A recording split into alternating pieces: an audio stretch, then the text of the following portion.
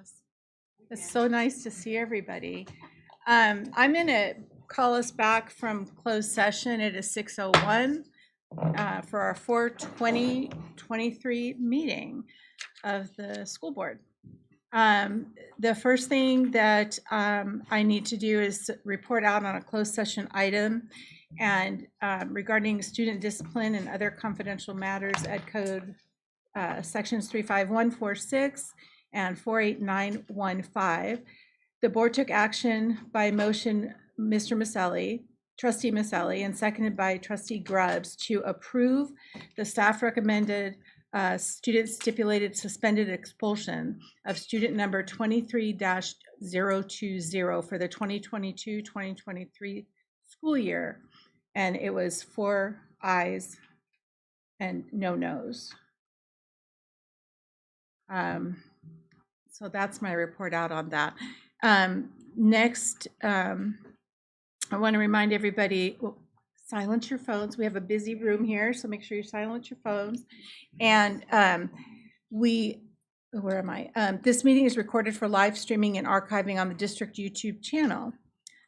And we have that all online for you if you ever need that. Next, we're going to do the Pledge of Allegiance, and I'm just going to lead us because we have so many people. So if I could ask you to stand and join me.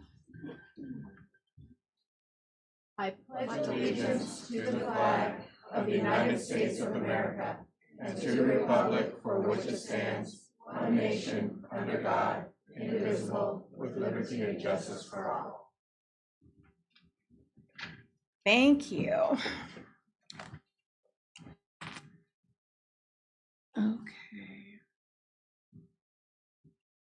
Okay, can I get approval of the agenda as written? Do I have a first? I move that we approve the agenda as written. Thank you. May I get a second? I'll second it.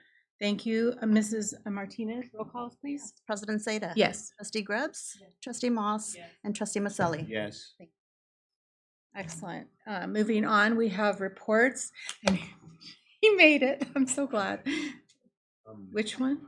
Oh, I'm sorry. I skipped highlights. We have some exciting highlights here. Dr. Gill, can you do the first one? Is that? Thank you. Good evening, Madam President, trustees, superintendent, cabinet members, and community members.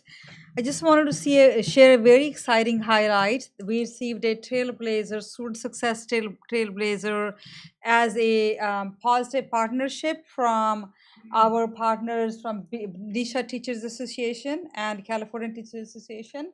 We're very proud of this relationship, and a huge thanks to our BTA reps and President Arian Whiting and exec board and all members of BTA and our CTA rep Gray Harris and Mr. Maselli for representing us and getting this award for us on that day. So and we are proud of this membership, and we're going to continue with this partnership with BTA and CTA. So thank you. Thank and you. This will be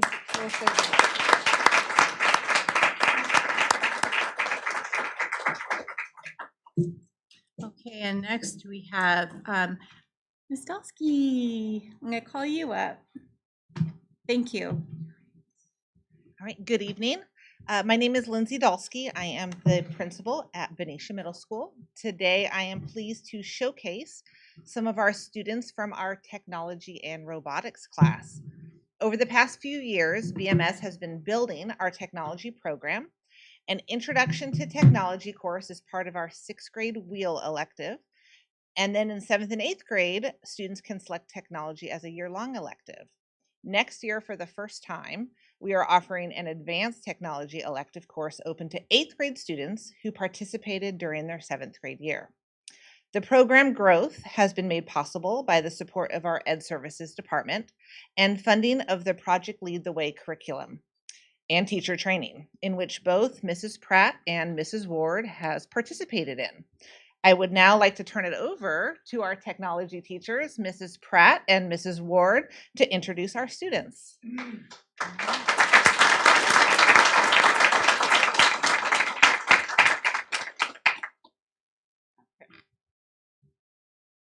Good evening. My name is Erica Pratt. And this is Jennifer Ward. We teach teach technology at BMS.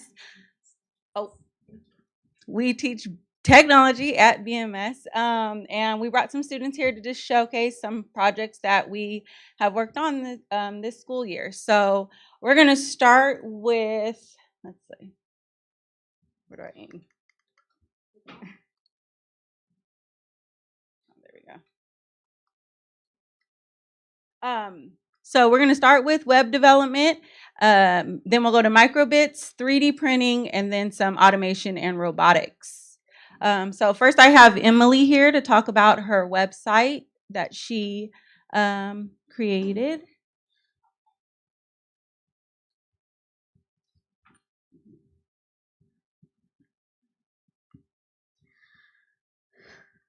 We created a multi-page personal website that can be published and shared. We used HTML to structure the pages, and we used CSS to style the elements on the pages. Sorry.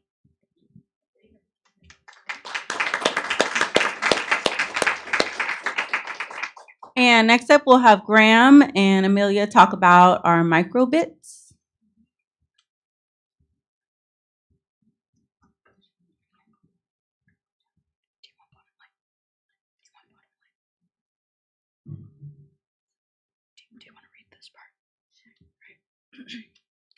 We used a pocket-sized computer called a microbit that introduced us to how software and hardware work together.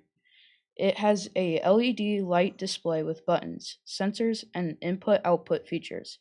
We will demonstrate the sound external LED and servos featured for you.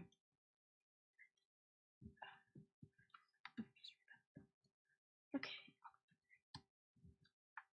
Okay. Servo.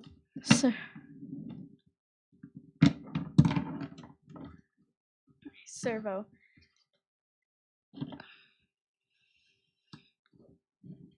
If I press A, the servo will spin and display a heart.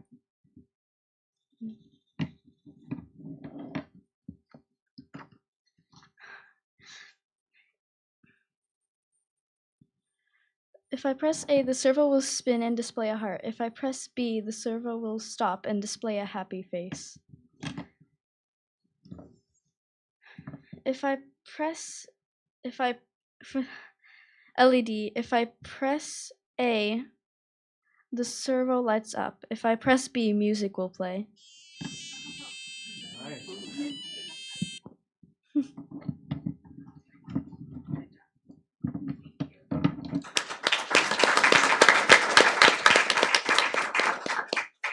And then we'll have Emily back up to talk about 3D printing.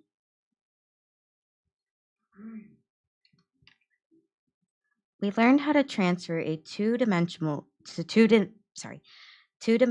representation to a three-dimensional solid model with technology. We used computer-aided design CAD to create solid models of various objects and designs.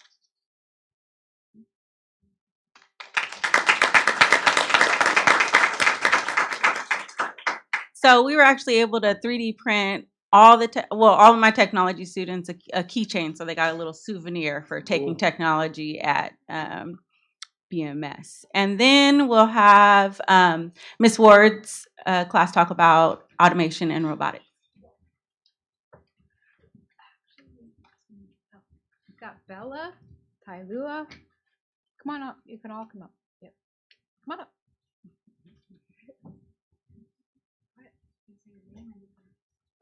Hello, I'm Sam. I'm Isa. I'm Rocky. I'm Tailua. I'm Isabella. In our automation and robotics class, we use VEX programming and the PLTW curriculum. Right? Yeah. We started this course by building gear trains. Here are examples of what we built. You'll see the cam and follower, bevel gear, Worm and wheel gear, and the lead screw.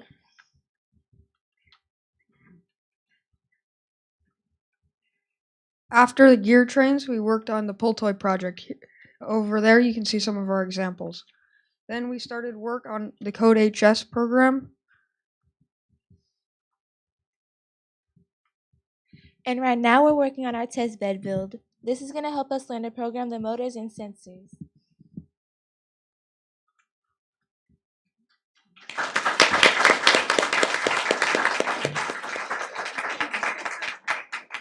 That's it. Thank you. Thank you. Thank you. Kids, you did a great job here. Yes. Really, really well done. And thanks for coming and talking with us. I appreciate it. And the last item we have under our highlights is Dr. Kelly with Willoughby Atkins.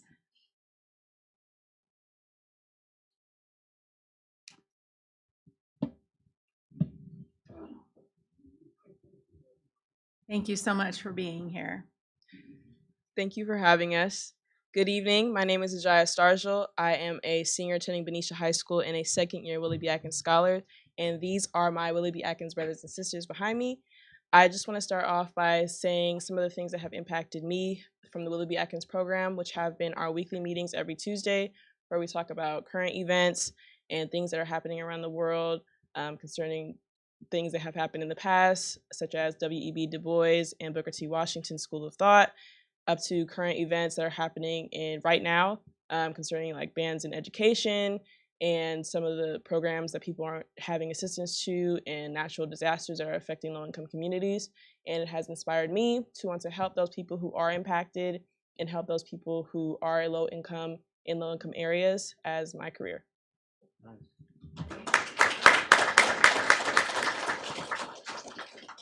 Hello everyone. My name is Jeremy Jones Jr. I am a first-year Willoughby Atkins scholar, and I'm in the 8th grade attending Benicia Middle School. A few quick things that I want to talk about was Travis Credit Union about Mad City Money. This helped us finance different things and helped us really look at what was the necessities of managing a household, which I'm sure all of you guys have to do. And another thing was the Black College Expo in Oakland, and that was a very nice way to see my people thrive and how how the news views us. But if the news was there, it would have been a beautiful sight to see. So thank you. Thank you.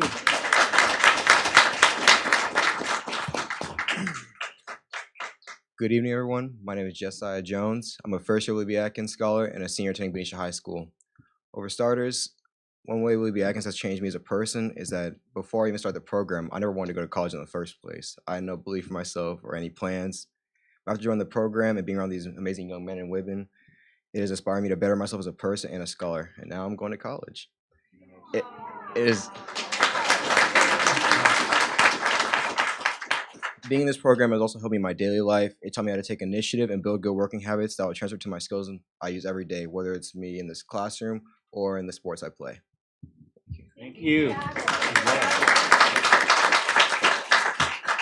Good evening, everyone. My name is Amari Martin. I'm a senior at Benicia High School and a second-year Willoughby Atkins scholar. And two things that have helped me through the Willoughby Atkins Association is, first, with the introductions every day, it really helped me with public speaking and speaking in general in front of large crowds, and also through the HBCU college tour. Before, I didn't know I wanted to go to a HBCU. I was going to go to a traditional college, but after going to different campuses, I realized I wanted to go to a HBCU instead because I like the community and how connected everyone are. Thank you. Awesome. Good evening. My name is Maya. I'm a 9th grader attending Benicia High School and a first-year Willoughby Atkins scholar. And something that impacted me about Willoughby Atkins as an organization is that it helped me create my portfolio, which I didn't know was as important as I needed for college and for years passing after that. It also helped me with building my resume and learning about how to organize my transcripts and my letters of recommendation. Before Willoughby Atkins, I've been pushed to go to college, but I didn't realize how important it was for me to stay on it every single day. So I've been taking initiative and making myself more motivated every day. And that's it. Thank you. Thank you. Hello, my name is Harrison Brown. I am a junior attending Benicia High School and a first year Willoughby Atkins scholar. And I would like to talk about my experience as a junior watching seniors go on college tours and their preparation for college. As I've watched the seniors, I have been able to absorb the knowledge, and I've watched how they applied for college, how they've gone into colleges and been accepted to the college, and has helped me better my preparation for my senior year. Some examples that I've learned from the seniors on the program have been organization, meeting deadlines, and management. I know that I will be in this position next year, and the knowledge that I've obtained from the seniors have helped me better prepare for my senior year next year.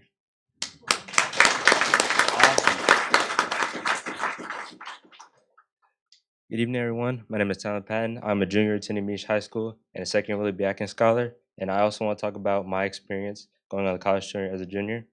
So going on the college tour as a junior, it really exposed me to what life was really like, being so many miles and so many hours away from home.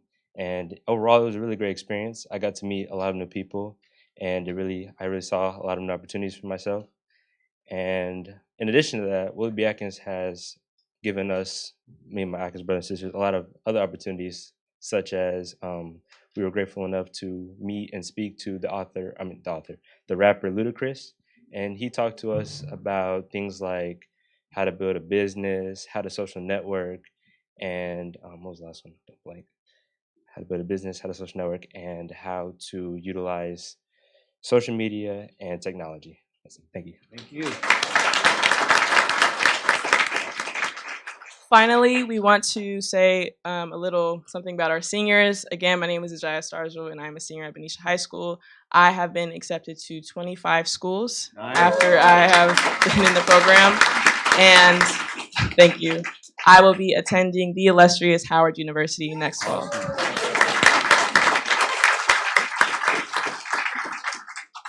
Sorry, that's my alma mater.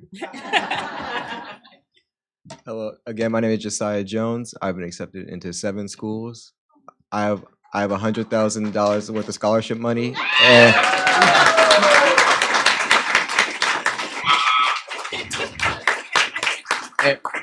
Mom's not too excited, huh? That's awesome.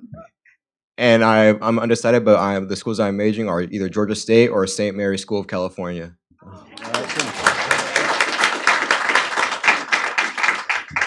Again, my name is Amari Martin, and I've been accepted into 13 colleges, but I'm undecided. Nice.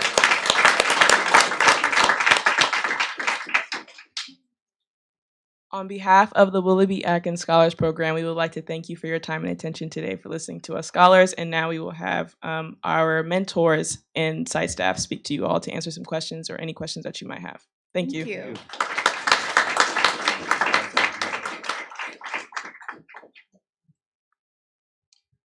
Good evening. My name is LaShonda Wallace, and I am one of the site coordinators at our Benicia program. And so I'm so very proud of our students. And I just want to say every senior has some free money to go to school. Like, nice. That should be right. And so we actually have 6 seniors, and all 6 seniors have been accepted into colleges. And I think all of them have received some type of scholarships as well. 2 had to work, and 1 we didn't hear back from today, but we wanted to highlight them. And as you see, this is just a snippet. All of these youth and more come out every Tuesday night. And from about, 5 o'clock, we're still working on our study hall, right? Yeah. But they are showing up. The studying part, we're getting down. But from about 5:30 to 8:30, they are engaged, and we have a lot of different things, as they've talked about, because we want to expose our students to much more than, like, not everybody goes to traditional college, right? So we have trade schools, we have allied health programs, and we're trying to get more and more speakers. So if anybody who has, a career or profession that they would like to come and talk to the students about, we like to be able to expose them to that, as well as public speaking, because as Dr. Kelly always says, what is always in the room? Money's always in the room. And you cannot get money unless you're able to talk and express yourself. And so if somebody says, I need you to come tomorrow, can you do it? If you have the time, our expectation is that you will do it. And we make you say the same thing over and over again so that you get more confident in your speaking. And we also have our uniform, which a couple of us have on today. So we have our sweatshirts. I think last year was our first inaugural year here, and we had just gotten our polos. So now, we're getting it together. So we are the purpose of being uniformed and being ready at all times. And so now I just want to turn it over to our co-directors, Ms. Tiffany Jones and Dr. Edison Kelly.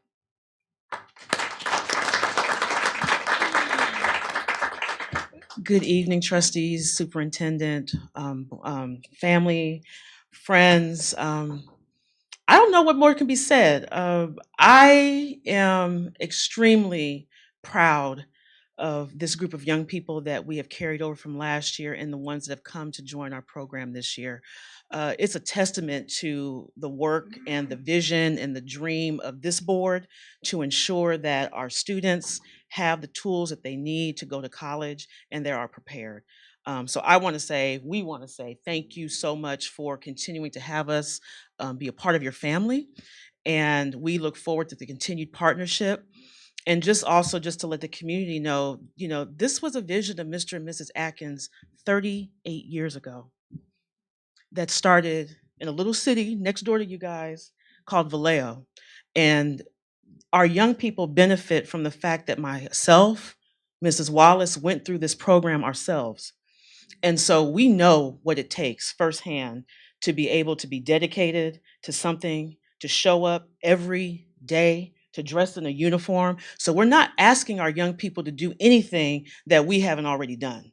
And those that went on the college tour this year got to meet the founders. They got to sit with Mr. and Mrs. Atkins and have conversations with them. And so that is something that I hope that this Benicia group that was able to experience that takes away from it, because not everybody gets to meet their founders that are in their 80s, that live in Columbus, Georgia, and being in their home and having those very intimate conversations.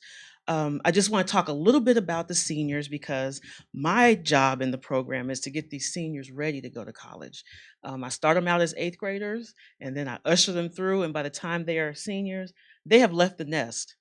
I'm really proud to say that this group of seniors this year has been very proactive with making sure that every time a scholarship is dropped in that scholarship senior Google Classroom, that they have applied for it, that they have reached out to staff members to make sure that their applications are flawless, because I tell them all the time, if I'm sending you an application for a scholarship, 9 times out of 10, I know somebody that's on the panel, or it's me. And making sure that they, move through that situation flawlessly. They have studied hard.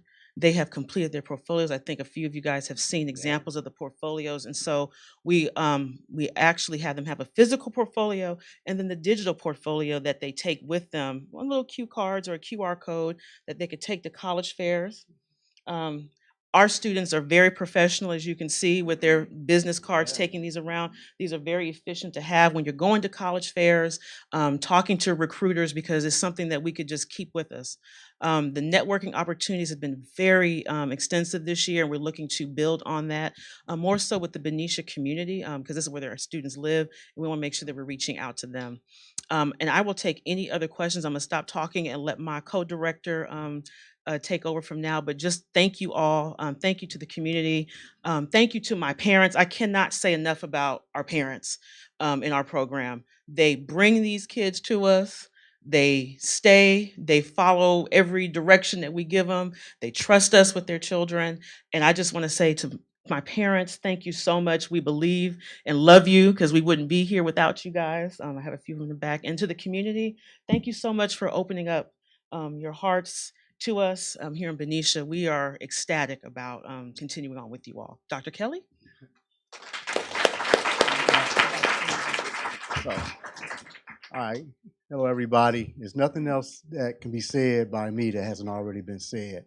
So again, just it's been an honor to be able to work with you guys and and serve our community and serve our young people. It's been a truly an honor and pleasure to work with each one of these young people sitting here behind me. And I called Leslie yesterday and I said, can we just postpone this, please? Leslie said, no, you can't do it, you gotta do it. The reason why is because we have one scholar that's been in our program for 5 years. And this is her very last time to, be able to come to the board and express herself, but she's at work. So if you guys will indulge me, I would like, we'll have her make a presentation.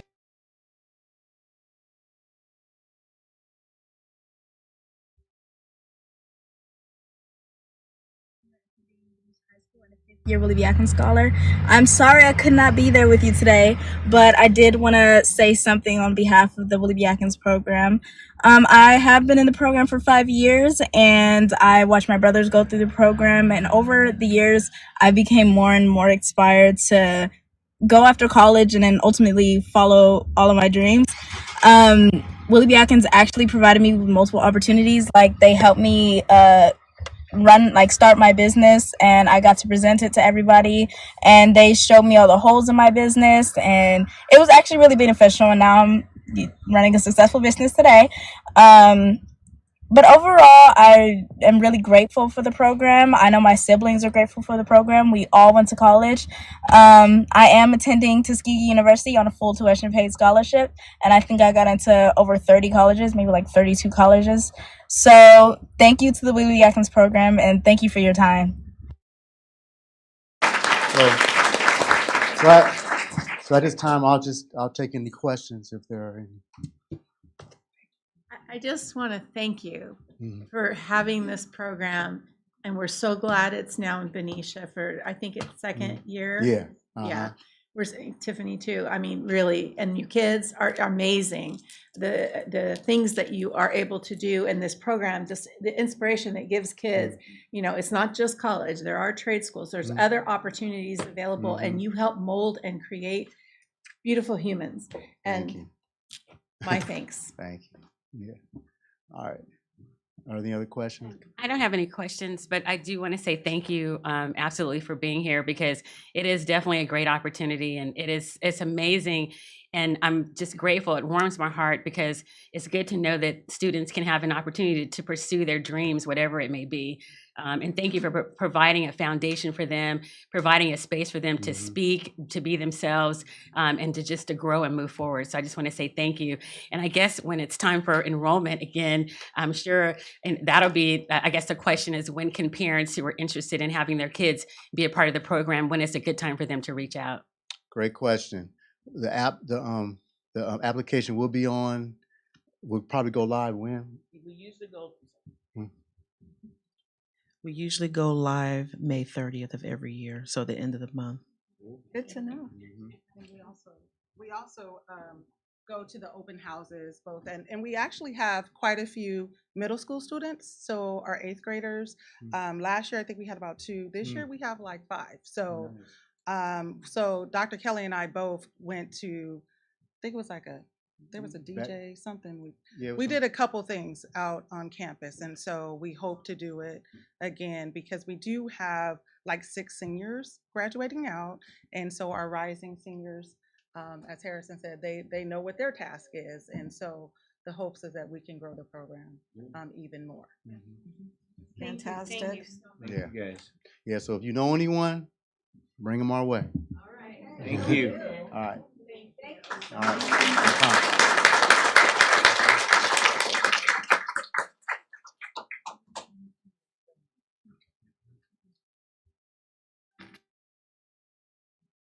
All right, thank you, students, and anybody that's here that was here as part of one of these things that were presented tonight. You're welcome to stay, or you're welcome to leave. I don't know if you have homework or anything, but we appreciate you being here. So I am going to move on to our next item, which are our what?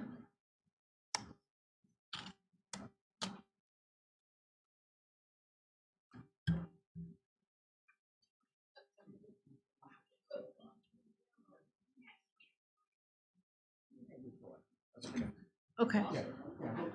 Okay. All right. Robots are staying with us. I might take one home.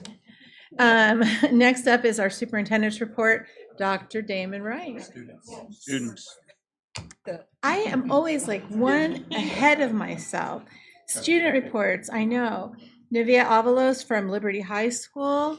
Why don't you go ahead and start? Hi, everybody. Good evening, President Zeta, Superintendent Dr. Wright, fellow trustees, and cabinet members.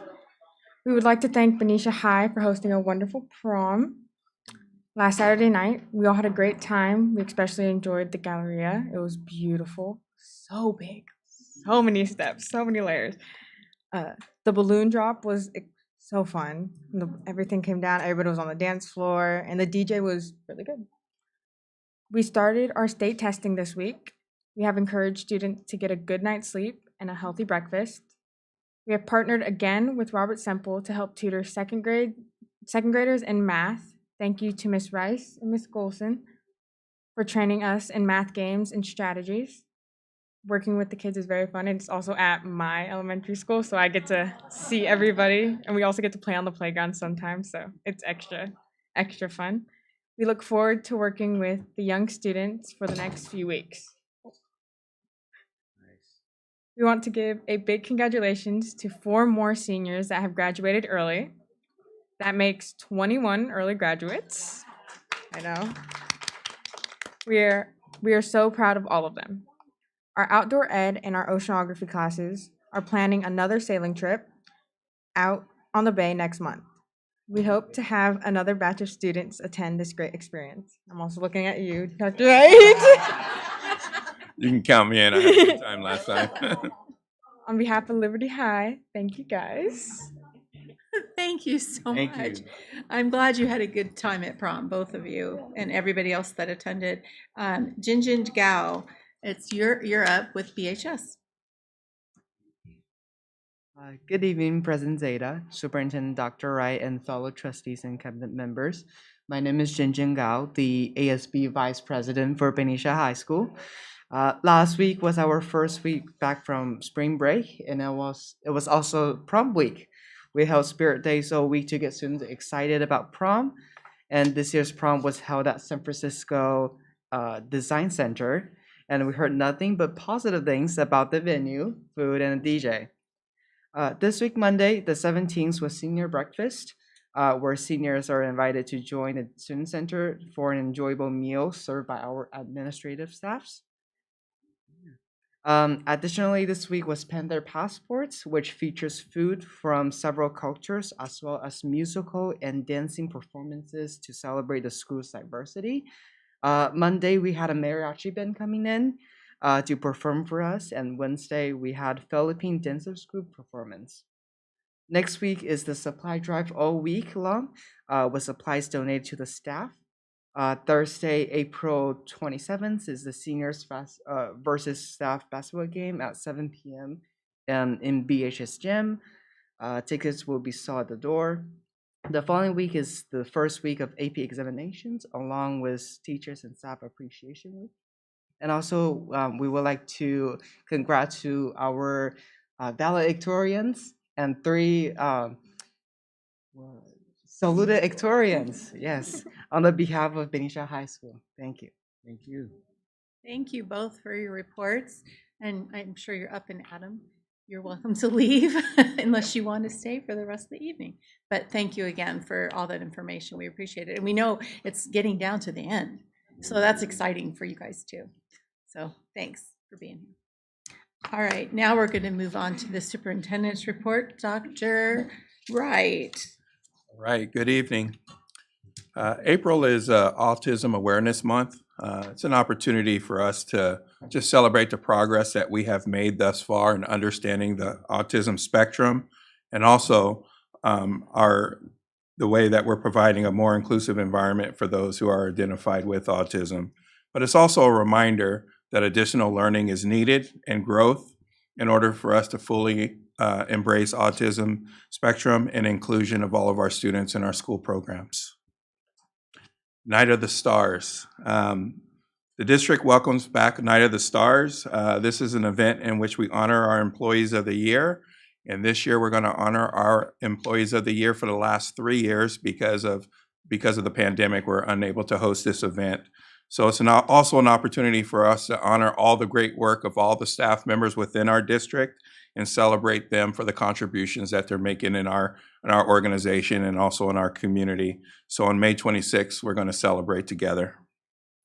As we mentioned, it is state testing time. We just want to encourage our parents and students to make sure that they fully participate and give maximum effort. This is important to the district and it's important to our community. The assessment results will help us better understand our instructional program and if we're in fact meeting the needs of our students. So we're looking forward to getting the results and where we need to go from there. It's recruitment season. I think at every board meeting I share our progress. I think right now we're in pretty good shape in terms of our hiring for next year, but we do still need a few special education teachers along with every other district in California. I want to thank the board for honoring the years of service. So if you are a veteran special education teacher and you want to come to Benicia Unified School District, we are offering your full years of service credit. We do have a couple of hiring fairs left in this season. On the 28th, we'll be at Cal State Long Beach. On the 29th, we'll be at Cal State East Bay. And we are going to host another hiring fair here at our district on May 24th. So gear up and get ready. The first one we had this year was successful, and we're anticipating a second successful fair here as well. And I just want to close with thanking our 3 candidates that expressed interest in our Area 5 trustee vacancy that we had, Dr. Mansouri, Ms. Martinez, and Ms. Hirsch. The election concluded on April 11th. The registrar of voters, we believe they're going to have the votes certified by April 25th. While the count is still unofficial, Ms. Hirsch appears to have a commanding lead over the other 2 candidates. So it's our plan to have our 5th board member join our team at our next board meeting, which is on May 4th. We have a lot of important work to do in our organization, and we're looking forward to being whole and working together to accomplish a lot in our organization. So that's all I have today. Thank you. Thank you, Dr. Wright. Does anybody have anything that they would like to share on board reports? Just really brief. I had my community advisory council meeting last week, so and it was basically a meeting with Valero and the community, and so there will be some upcoming sessions to really kind of help educate the community about Valero and their role and that type of thing. So so that was basically it. Very brief. So I'll keep you posted on the dates. Great, thank you. Anything you've noticed on? Okay, I have a long list this time. First, like during spring break, some teachers got together with some students and they gathered at the corner of Military and First to discuss, not to discuss, but to show support against gun violence. And so I attended that with them for an hour, and we got a lot of people driving by, honking their horn and being real happy about that. And it just keeps coming up because of the continual school shootings. And so it's something that there's going to be more to come in the future. And I'm sure whoever's interested will be notified. Secondly, on the 11th, there was a wonderful, let's see. One second. Oh, I was at an equity meeting. There you go.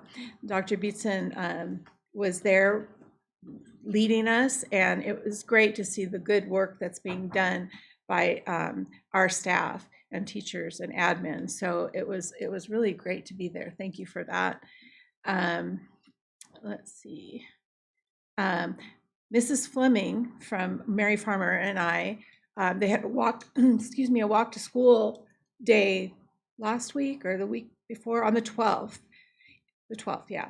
And I met them and I walked up the giant hill to Mary Farmer with the kids and parents and Mrs. Fleming, who's the principal there. And that was fun. I got my exercise in for that day. So that was good. The kids are always excited to participate and have community involvement with that. So it's nice to see them out there walking. On the 13th, I attended Joe Henderson's 5th grade argument presentations along with parents and local officials. And it was, do you think plastic straws should be still used, or do you think they should be banned? And to be honest with you, both sides made some great points of whether to keep them or whether to get rid of them. So I'm always pleased, and it's always a pleasure of mine to attend those events and be there with the students. The 14th, we were able to celebrate our employees' years of service, and also those that are retiring from the district. Each retiree had folks speak on behalf of their work and dedication to the district and to their career. And I love seeing a better picture of these individuals while I attend those. And you did such a good job putting that together. I appreciate that. And the 15th, it's a lot of stuff. It was books and blankets at the city park. It was the second one that they've done. Successful beyond. I mean, Leslie, you did such an amazing job. And where's Stephanie? Yeah, you did too. I appreciate everything that you did. And just to glance around at the children sitting on blankets with their parents and either reading a book, they were given free books if they wanted, and they were sitting there reading, and each was like a little pod of activity happening. And so besides the tables that were set up around the perimeter, that were for free books, they had snacks, they had different activities for the kids. It was just a wonderful event, and we had great weather, and it was just perfect. So with that, I am done with my report. So, okay. So we are going to move on to comments from members of the public. Members of the public may address the board, and I gotta skip. At a regular scheduled meeting on any item within the board's jurisdiction. Speaker cards are available on the entrance table. Please note the item you wish to speak to and submit a card to the board secretary. The board president will call all the open session general comments during public comment item. Comments for items on the agenda will be called during the specific item. Comments are limited to no more than 3 minutes per speaker, or the board may limit the total time of 20 minutes per item with the timer displayed on the monitors. By law, no action may be taken on any item raised during public comment periods, and matters may be referred to staff for placement on a future agenda of the governing board. Please be reminded to keep your comments respectful, as students are often or sometimes watching the board meeting. We appreciate that. So I do have a couple of comments, and those are going to be on this particular one. It's not on a specific item. So the first person I have is Janet Robertson. Robertson? Is it Robertson or Robertson? Robertson, thank you. Hello, I'm Janet Robertson. I have 3 children in the district: elementary school, middle school, high school. At the last meeting, my time to speak was cut short, and there was so much to say about the new sexual education curriculum. I realize the curriculum has already been approved. I also realize that Miss Rice, who I incorrectly was referring to as a doctor last month, explained that only 3 families out of 4,500 students in Benicia voiced concern about the curriculum. Our family has also been told that we can simply have our children opt out of the sex ed classes if we have an issue with the classes. But I would like to say to you, who are entrusted to represent and make decisions for our children, and to the community that may be watching this video, that we have a big concern with what is now being taught to children as young as 10 in Benicia, such as children are being asked to identify their pronouns, and this is now part of the 10-year-old curriculum. This forces a gender discussion beyond the scope of the state requirements and complicates an already overburdened classroom environment. We are alarmed that gender identity is now being discussed in math classes. This takes time from core learning and does not benefit the students or our community. Teaching kids that there isn't any standard or truth and that you can believe anything you want to believe is not scientifically accurate or medically correct. For example, the notion that a girl can decide to be a boy or a boy can decide to be a girl is not true and should not be taught. The new curriculum teaches that individuals can decide if they're male or female, regardless of anatomy, does not explain that a boy cannot menstruate and a girl cannot impregnate someone. This is not scientific or medically accurate. Our 10-year-olds will now be taught that they can receive puberty blockers to prevent their body from going through changes that make them uncomfortable. All humans are uncomfortable during adolescence. To teach vulnerable children that a lifetime of dependence on medical care is a viable option is completely unacceptable and evil, frankly. The new curriculum encourages gender confusion, not gender clarification. All parents should question how this is helpful, scientifically sound, or medically accurate. 12-year-olds will now be taught about oral and anal sex. 12-year-olds. So I get a little emotional about this because I think that's wrong. The Ed Code 51933 requires that instruction and materials should be appropriate for use of pupils of all races, genders, sexual orientations, and ethnic and cultural backgrounds. Teaching children about oral and anal sex violates this law, since several cultures would not find this teaching appropriate. When we asked, we were told the reason the curriculum removes the idea of male and female was to be more inclusive, but no longer identifying females as having ovaries and males as having testes is not scientific, not medically accurate, and not true. It's nonsense. It's not a choice. People are not gender fluid, and to teach our children this is not okay. We're appalled that the school district has adopted this curriculum. Thank you. Thank you. If anybody wants information on where to find this information in the curriculum, I've researched it very thoroughly. I'm happy to provide that. Thank you. And our next speaker, and I'm not sure if I'm going to pronounce the last name right here, Jeffrey, is it Pickerill? Pickerill. Welcome. Thank you. Good evening, members of the board and members of the public who's here and also might be watching. I moved to Benicia about a year ago, a little more than a year ago, and a very good friend moved here, and I fell in love with it. And she moved here to get her kids out of the very oppressive Piedmont school district at that time, and they did much better here, and it was a much better environment for them, even though it was a mid-year change and it was traumatic in that way. So I have a special heart for Benicia. I have a special heart for the school system here. But I do want to talk about that over the course of the past 3 years, many novel measures were taken as attempts to slow the spread of COVID-19. We had masks, social isolation, mRNA injections, and they were all experimental, but all of the media outlets were telling us, and the health departments and the regulatory agencies, that this is the way we should go. So people trusted that. Now there's a growing body of evidence that shows that no one really knew if they would work, and that the dangers were being covered up and hidden. So masking in particular, as the son and brother and cousin of doctors, I knew that it didn't make sense that masks have never been used to prevent the spread of viruses, any virus, because viruses are orders of magnitude smaller than the holes in masks and N95s. So it didn't make sense, and it seemed and then universally masking kids, it seemed like bad judgment to me. In addition, I work in the trade, so I use masks, and OSHA regulations require you have to have a medical examination before being told to wear a mask. You have to monitor blood oxygen levels, and you have to take them off from time to time, because you do go hyperoxia, you lose oxygen. So this is a study that was published by Frontiers in Health, in Public Health, and this organization, it's a medical database, and it's referenced in virtually every credible medical publication in the world. So it's reliable information, and it's called Physio-Metabolic and Clinical Consequences of Wearing Face Masks.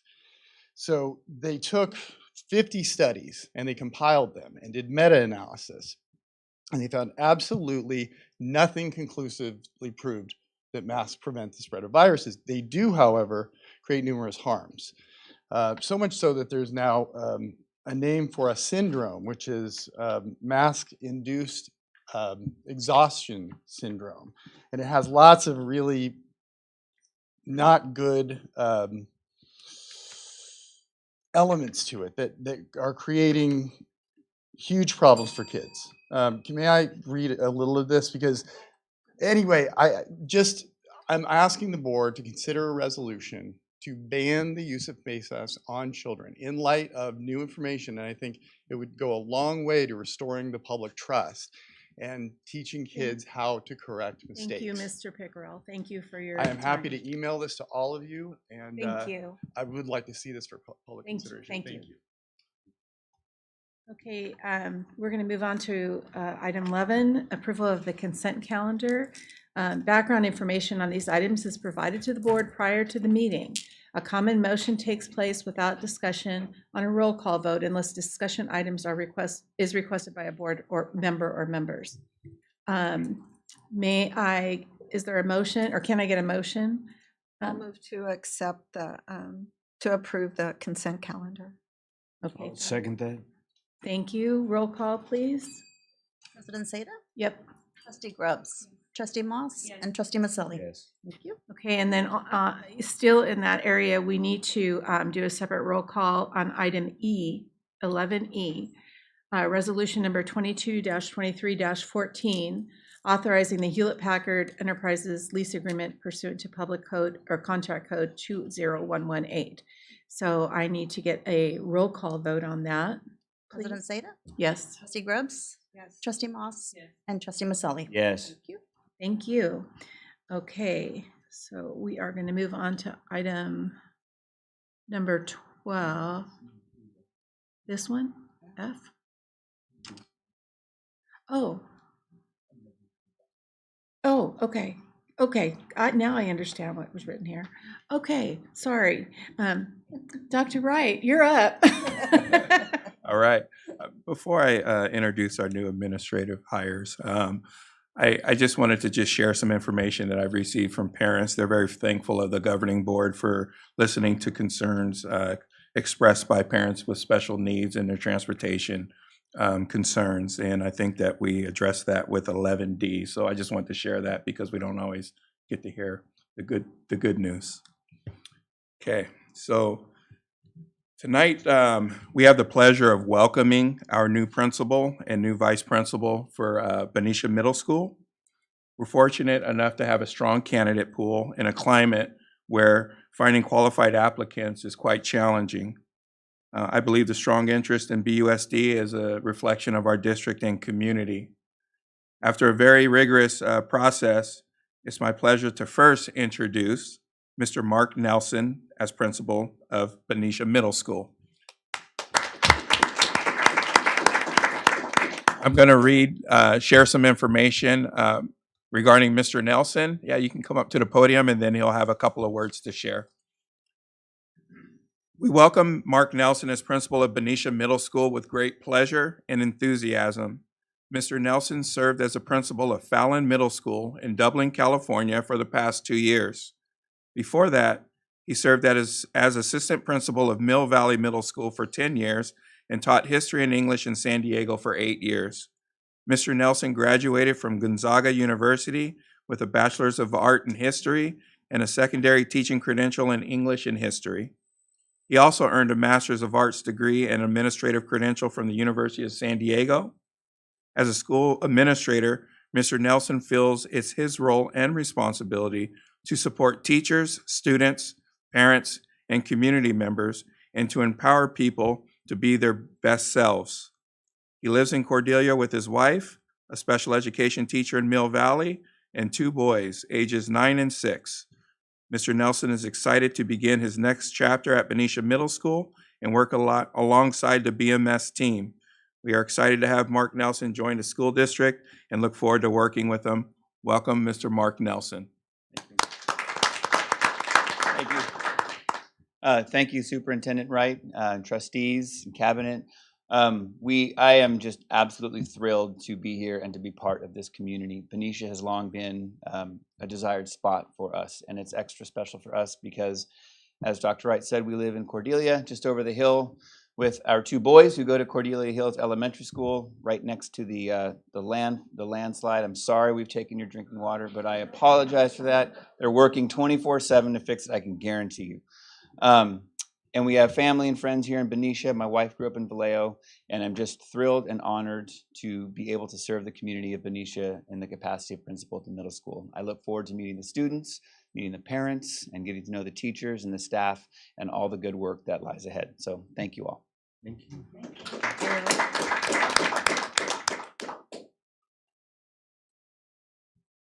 I am now honored to introduce our new Vice Principal of Benicia Middle School, Ulysses Oliveira. And I will share some information. It is with great pleasure that I introduce Ulysses Oliveira as the new Vice Principal of Benicia Middle School. With over 12 years of experience in education, he is dedicated to creating a positive and supportive learning environment for all students. Mr. Oliveira holds a master's degree in educational leadership from California State University East Bay and has worked in a variety of educational settings, including 7th grade history and Spanish dual immersion in Pittsburgh Unified School District, Morgan Hill, and Aurora, Colorado. In these roles, he has demonstrated a commitment to excellence, fostering academic achievement, and promoting a love of learning. Mr. Oliveira is an active member of our Benicia community, a place he is lucky to call home. Having a son in elementary school, Mr. Oliveira participates in school events, also volunteers as a soccer coach for the Benicia Arsenal. As Vice Principal, Mr. Oliveira will work closely with students, parents, and faculty to ensure that all students receive a high-quality education and are prepared for success in college and beyond. Mr. Oliveira looks forward to serving the Benicia community and helping us build a bright future for all students as we look forward to having him join our district. Welcome. Thank you, Superintendent Wright. Thank you, Board of Trustees. I'm just really excited to be here. I live in Benicia, just on Rose Drive, and I'm just happy to be here, happy to be in this district. Thank you. We're happy to have you, both of you. So thank you so much for being here. I know your time might be busy. You might want to duck out if you want. You're welcome to do that without feeling bad. So, okay, all right. Thank you. So nice to meet you. Look forward to working with you. All right. Now we're going to move on to item number 12A. Mr. Romero and Ms. Egan, will you please join us? And you're going to be talking about the roofs and the bathrooms at a couple of our sites, I think. I'm going to start the intro just in one. Yeah, it's not, sorry. I could just talk through the intro if you want. Oh, yeah. Okay. So we're going to share some information with you on the roofs and the bathrooms on the district. We had a facilities steering committee meeting a while ago, and the question came up of what is the state of our roofs and bathrooms across the district? And it was a good question. I think that it was likely prompted. We have gone through a lot of rain, and it was not a good thing for our buildings. Our initial bond was passed back in 2014, and at that time they did an assessment, and we've done assessments periodically since then with their facilities master plan, and we're working to update it again. So Alfredo did a great job of putting together some initial data that we're going to share with you. We are also having a formal assessment done that will list the age of all of the roofs, what their life cycle is, when they should be targeted for replacement, and what that will cost. So that will be a very good tool in looking for our funding and asking for future needs and requests. I'll turn it over to Alfredo in just a minute here. He's going to talk about the bathrooms, and then I'll share information behind him about the roofs. Before we do that, I just wanted to share a small blurb of just how grateful we are of all the projects that we've gotten to do with the Measure S bond money and being supplemented with all of our Prop 51 grant monies. So we've done a lot of really good things. We're going to look at more work that needs to be done and just how we look to continue proceeding with that. You're welcome.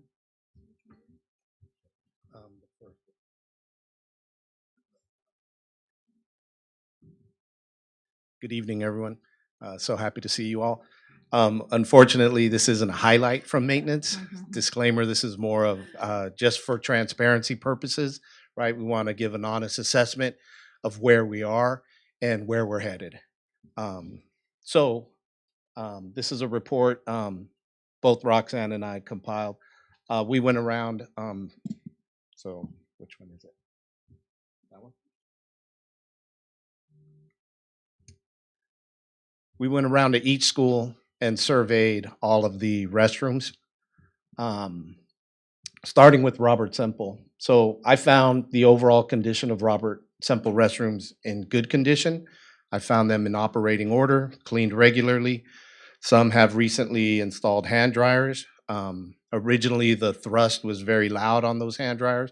We were able to turn those down and also add additional paper towel dispensers to give an option in those restrooms. We have had sewer issues there at Robert Semple. Last year, we replaced a major section of the main line. This year, we're scheduled for the second half of that. Unfortunately, last Friday, there was a backup that we couldn't resolve. Our teams were out there, our local contractors came out there, and we were unable to resolve the problem. So on Monday, my team went in and we found the problem, we isolated it, we dug it up.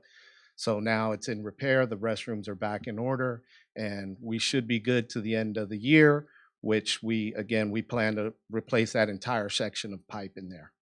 And you want me to read the bond stuff? Sure. So in the bond notes, the student restrooms closest to the playground and also the staff restrooms near the office will be upgraded in the summer of 2024. Sorry, I should have been doing this at the same time. Just to add a little bit of information with that, every time that we do bond projects, DSA requires ADA upgrades. One of the first things that's prioritized is bathrooms. And instead of just the ADA upgrades might say move the toilet over 4 inches and the hand bar, and you can end up with some pretty unsightly mismatched tiles and still dated bathrooms when you finish those upgrades. So we have taken it as kind of a standard that when we do those to also do the aesthetic upgrades for the restrooms with new tiles and everything, so that we're having a finished end product that looks good. So that there are more coming that are in the works. So I'll move on now to Matthew Turner and try to remember to switch so you can see the condition. So Matthew Turner, overall condition of Matthew Turner are good. All restrooms were functioning and operational, clean with the mix of hand dryers and paper towel dispensers. And there are some pictures of them. They're a little dated looking, but definitely cleaned and working. Joe Henderson, unfortunately, is probably the one that needs the most improvement. Found the restrooms in need of cleaning and support.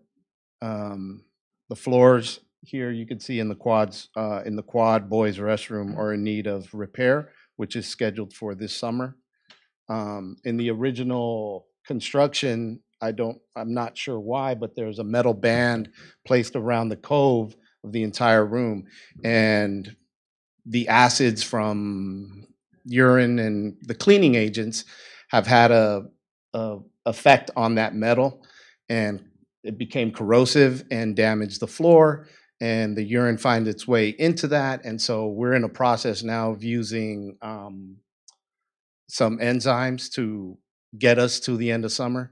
And so there is already an improvement, but hopefully over the summer we won't ever see that again, and no more metal in the floors.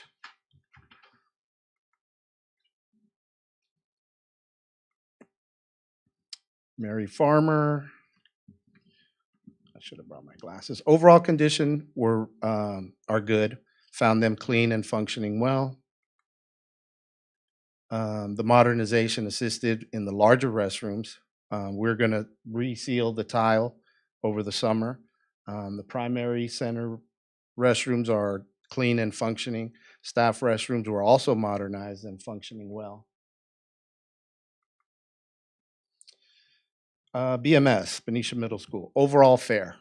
I found these restrooms in somewhat good operating condition, but there is evidence of excessive graffiti and vandalism, as you can see by the photos.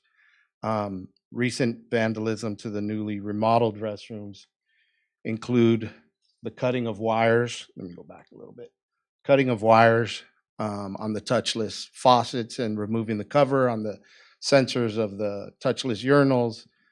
stuffing pads in the urinals, creating backups, throwing food and drink all over the restroom. So this is something we deal with regularly there. Recently, there's been more damage to the dispensers, the toilet paper dispensers. But overall, our custodians have unfortunately grown accustomed to this, so they spend a lot more time in there, get it ready for the next day. And then there's evidence of there. Benicia High School restrooms are in fair condition. Most of the girls and gender-neutral restrooms are clean and functioning, although the boys' restrooms do show signs of a little bit of negligence and slight vandalism in the form of excessive trash and graffiti. Both the boys' and girls' locker rooms could use a little bit of tile repair and fresh paint. And throughout, all the stainless steel mirrors have been scratched thoroughly, so we've reordered those, so we will be replacing those as soon as they come in. And here at Liberty High School, we found the conditions fair. The restrooms were clean, sinks and toilets and urinals functioning well. We will paint the restrooms and replace some of the toilets and toilet seats. So before we move to the roof, are there any questions? Can I ask, Alfredo, can you talk a little bit when you find graffiti and vandalism in the bathrooms? How do you communicate with the administrators on campus? And Right, that's usually I get the message from our site custodian. I will call the administrator on site, make sure they're aware of it. We document with pictures. If there doesn't seem to be a concern, if it's not threatening in nature or whatnot, we have a policy to remove it as soon as possible. So we have different types of graffiti removers that we're using now. We no longer paint over or anything because that paint just comes off in the long run. So we did find a couple of really good products that we're using that are not damaging the metal surfaces now. But we do have a policy. Graffiti typically gets taken care of within 24 hours, if not sooner, again, unless it's of threatening nature. Is there any way we can limit the amount of bathrooms, especially middle school, and being a middle school teacher? We see this in our district too. Is there any way to minimize the amount of bathrooms that are, have better oversight? Because for the life of me, I don't understand why these kids ruin everything, then we replace it, then they ruin it again, then we replace it, and nothing ever happens. And these kids, they don't fear anything because, if there was some way, I'm not even saying there is a way, but it's very frustrating. Obviously, they don't care about the equipment to be able to track, somehow, I don't even know if we can, who's doing it. Because if we don't find a way to stop this, it's going to keep happening. And it seems like, we're banging our head against the wall, just keep replacing stuff over and over. That's just, sorry, I had to get off my chest. Okay. How often is this happening, these things happening? Is this like a weekly thing where you guys are spending every week using time of custodians or people in your... To answer your question, the graffiti happens almost daily. The vandalism where they do that is not, it's maybe every other week, to be honest with you. And it comes in trends. There are TikTok trends where, it's a thing to vandalize the restroom and put a video on it and post it and get likes, I suppose.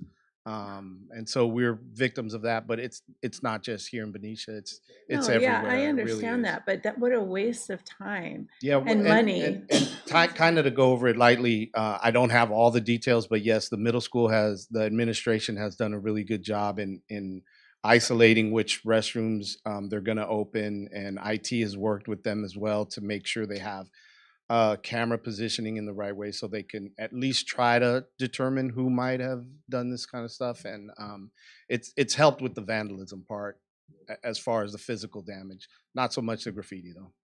One of the things that we're going to do next year that we're purchasing for the middle school is a program called 5-Star Student, where students will use their badges to get scanned in and out of the classroom to go to the restroom, and they can limit how many students are in there at one time. It's a whole program, so the teacher can scan the student out. They can see how many students are out at one time, and then we also have a record.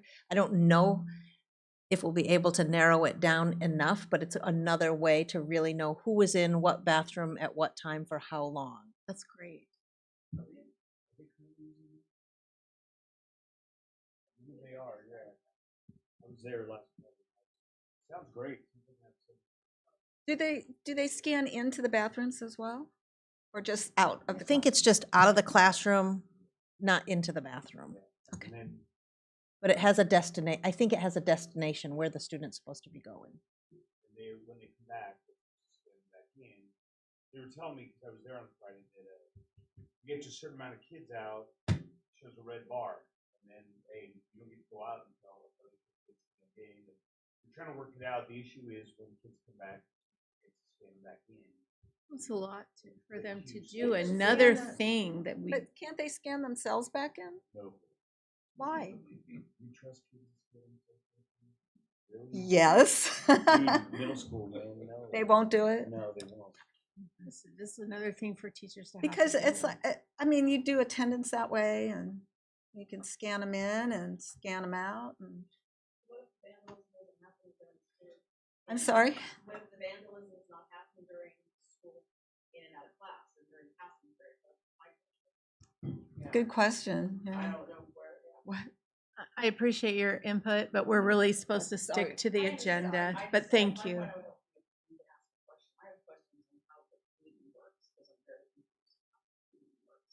I can stay after and talk to you. Okay, all right, thank you. Okay, thank you. Okay, I just I don't know if you're going to talk about this in the future too, but so we have our bond projects and our renovation projects. So can you guys talk, or just generally maintenance too, as we replace things with touchless or automatic turn-off switches and stuff? We're trying that out, and I think we've had some success with that. Yeah, we've had a lot of success with that, and that's the direction we're going in now, is the touchless urinals and the touchless sinks. The faucets, I'd say 90% of all of them have been upgraded already to the touchless. We're still working on a few. Orders have been backlogged and whatnot. Some sinks didn't match up, and we couldn't put some in some locations, so we're waiting for summer. Switch the entire sink out to get us there. thank you. And you're going to talk about the roof? Can you run this? Sure. Thank you. You can do his presentation, please. Yeah. So on the roofing, Alfredo's team did this initial start. Okay, I'll wait for some graphics. They went school by school. They started out with Mary Farmer, and the existing portables are in fair condition. The main building, including the office, MPR, primary center, library, classrooms 1 through 14, as part of our bond work, had a new coating put over the top. So the main building at Mary Farmer's in pretty good shape. The modulars, some of them had leaks. Maintenance did provide repairs on them. And then just as a side note, as part of our bond program, we're in the middle of a major modernization there, which includes replacement of the modulars between now and when that happens, because we have some funding but not full funding. But between now and when we trade them out, we'll just continue to maintain them and provide roof repairs as needed. The next school is Joe Henderson. Alfredo noted that it needs improvement. The main building, including the E-wing, has what appears to be asphalt sheet and roof coating of about 20 years old or so. There are visual fissures and cracks throughout, and the D-wing is one of the worst buildings there. You will see later on as an agenda item, we did go ahead and bid the roofing on D to replace it this summer. So I'll be returning in a few moments to ask you to approve that. They identify the portables are fair. The E-wing portables are constructed of metal roofing and do not have any known leaks. The F-wing portables are a mix of both metal and asphalt sheet. No reported leaks at this time. Just sharing out here, we already talked about the D building, and then we will include the other buildings in our roof assessment and try to plan them in and list budgets and when they will be expired. So we'll incorporate all that in and bring it back to the facility steering committee and then eventually back to you guys for your input. Thank you. You're welcome. What is the lifespan of a roof So- on that's a flat roof like that? A flat asphalt roof is typically 25 to 30 years. If you're doing shingles, if you do standing seam roofs, you can get up to 50 years. Then if you have, there's like slate roofs, which are very, very expensive. So the longer the lifespan you get, the more expensive your roof is. If you do slate, you can get like 75 years. But we haven't even reached the lifespan of that particular roof based on the number. At Joe Henderson. Uh-huh. It looked, so if he said he was guesstimating it at 20 years old. And so kind of like if your car needs repairs, you get your oil changed, you get tune-ups, and you do maintenance on it. And at some point you say, now it's time to just get a new one. Right, right. So I think that on Joe Henderson, that we will look at what the assessment says, but it may not be time to replace it yet, but we still want to plan it and look at the budget so that we know, well, in about 5 years, we probably need to do some work, and it could be a fairly expensive piece. Thank you, Ms. Egan. You're welcome. Robert Semple, so their main building is in fair condition. It's comprised of tar and pitch at an estimate of over 20 years and in need of an overlay within the next few years. There are 2 known leaks, which maintenance repaired, so that's good. And the portables, they say needs improvements. They did provide repairs on the leaks that were there. We do have a plan overall for 3 new buildings at Robert Semple. They're probably a ways out right now, more than a year. And so in the interim, we know that we're just going to be providing maintenance on the existing roofs and doing what we can to keep them functional. Matthew Turner. So we know that Matthew Turner was not in good shape. It got a pour. It's been like, oh, it can go a little bit, it can go a little bit more. And then with drought followed by extreme flooding and torrential rains, it really, yeah, it did. So we are looking to replace, it's almost all of the roofing up at Matthew Turner. And that is on your next item for your bond agenda for tonight. So we're pleased that'll get upgraded, and pretty much that whole campus will be in good shape after that. The middle school main campus, when we did seismic work there, we did a lot of new roofing. The gym, the admin office, building B, the 3C buildings all got brand new roofing. We're in really pretty good shape with the middle school. Alfredo notes that the P wing is fair. So in the master planning, the P wing is eventually planned to be phased out. So right now you just keep those roofs from leaking, provide maintenance on them. So overall, middle school is pretty good. Liberty is fair. They had a couple of known leaks and they replaced them. And similar with IT, CDU, and maintenance. We go on to the high school, and there are some spaces there identified that had known leaks. Maintenance did provide repairs on them. Obviously, the stadium and all of our buildings up there are brand new, so they do not have leaks. So I think that the high school is probably one of the bigger sites that the assessment will really shed some light on for planning and what we should prioritize. We are working on PAB upgrades that are a ways out, but part of that planning does include new roof over the PAB. So that would be something that's in there. I know we did some upgrades to PAB in the last 2 years. Yes, yeah, we did electrical on the inside and sound and lighting, yeah. And then the roof, I know that historically has leaked on and off, and maintenance has just provided repairs, and it's, you know, it's not, yeah. Yep. So, you're welcome. Only if you make me.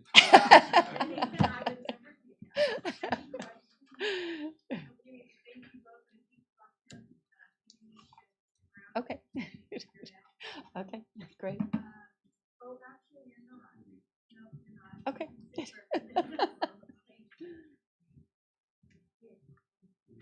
B, yeah, B. Mrs. Rice, would you join us? Oh, wait, where? Oh, gosh, darn. You are. See, I read that ahead of time. I knew that. Yeah, Facility General Obligation Bond Measure S Program Citizens Bond Oversight. Thank you. Can you go back? School Facility General Obligation Yeah. Bond Measure S Program and Citizens Bond Oversight Committee, CBOC, and you're going to be This giving an page. update, Mrs. Sure. So we had a meeting with our Citizens Bond Oversight Committee on Tuesday, the 18th. No, the one before that, right there. Thank you. And it was a good meeting. We have some new members. Stacy Holquin, whom you all know, and Diane Ferrucci have joined the committee. We also have Mark Batista, a new member, and then Mark Hughes is our longest on the term member. So it had very good conversations with them. Mark Hughes was voted to be the new chair, and Stacy Holquin is the vice chair. We shared with them a clean audit for the bond 21-22 expenditures. I'm gonna, you have all the details of their packet in your information. Instead of going through all of the expenditures, what I thought we would do is, there's a couple things. One, we have an annual report to share out. I was gonna have Tim lead that. And then I was gonna focus on our bond project updates. So maybe, Tim, do you wanna go ahead and do the annual report information? You can if you want. You don't have to, it's all right. Tim, yeah, it's in their packet and Tim has it. It's just informational. Thank you. You could go to the next page, has the project information. Go ahead. Yeah, each year with our Citizens Bond Oversight Committee, we meet regularly throughout the year, and we provide them the detailed expenditure lists for all of our bond projects. So we just approved that at our meeting on Tuesday, and once a year they put together a annual report and just summarizes the activities for the year, and it agrees to the audited financial report as well as all of the expenditures that they've looked at throughout the year. Once it comes up, it is in your packet. It's a one-page report, and it basically confirms that they're complying with the law as the Citizen Bond Oversight Committee, and they are reviewing the expenditures and taking action to receive and file them. They are making a compliance statement that the expenditures are falling within the language of Measure S as approved by the voters. And you have some highlights there of the dollar amounts and some of the highlights of the major projects that were invested in the 21-22 school year.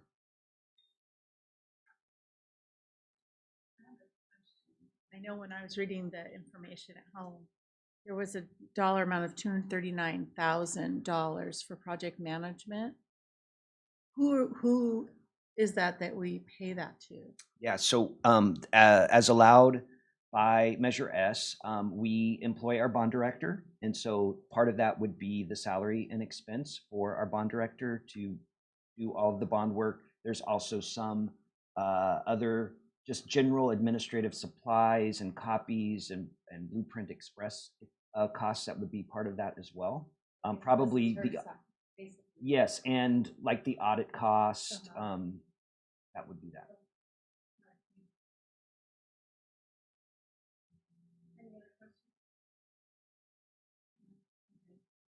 So then we're gonna, thank you. You're welcome. I just, I'll just shortly, the projects that we have in construction right now for this summer, and you guys know most of them, but just It's Joe Henderson Elementary School E-Wing restroom replacement.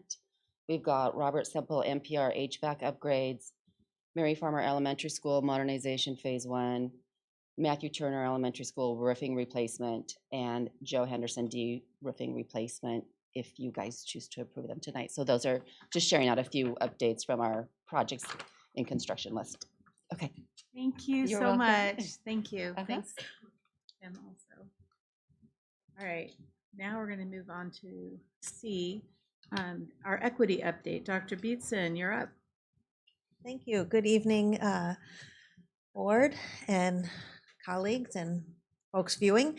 I'm excited to bring to you tonight just some quick updates about the equity work that we've been up to in our district. And thank you, Ms. Zeta, for attending our last meeting.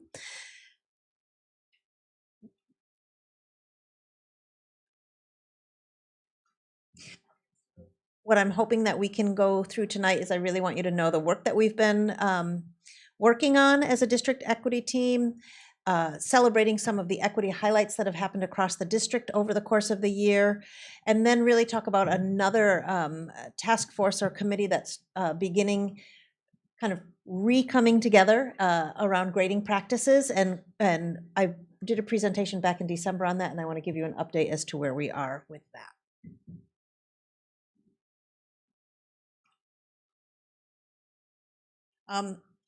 As always, we ground everything that we do in our district's mission and vision, and a couple that are particularly important tonight for this presentation is really under our organizational beliefs in valuing the diversity of students, staff, and the community, and safe and welcoming schools that help students and staff reach their potential, and then really thinking about how do we fully prepare and equip students for college and career in the 21st century.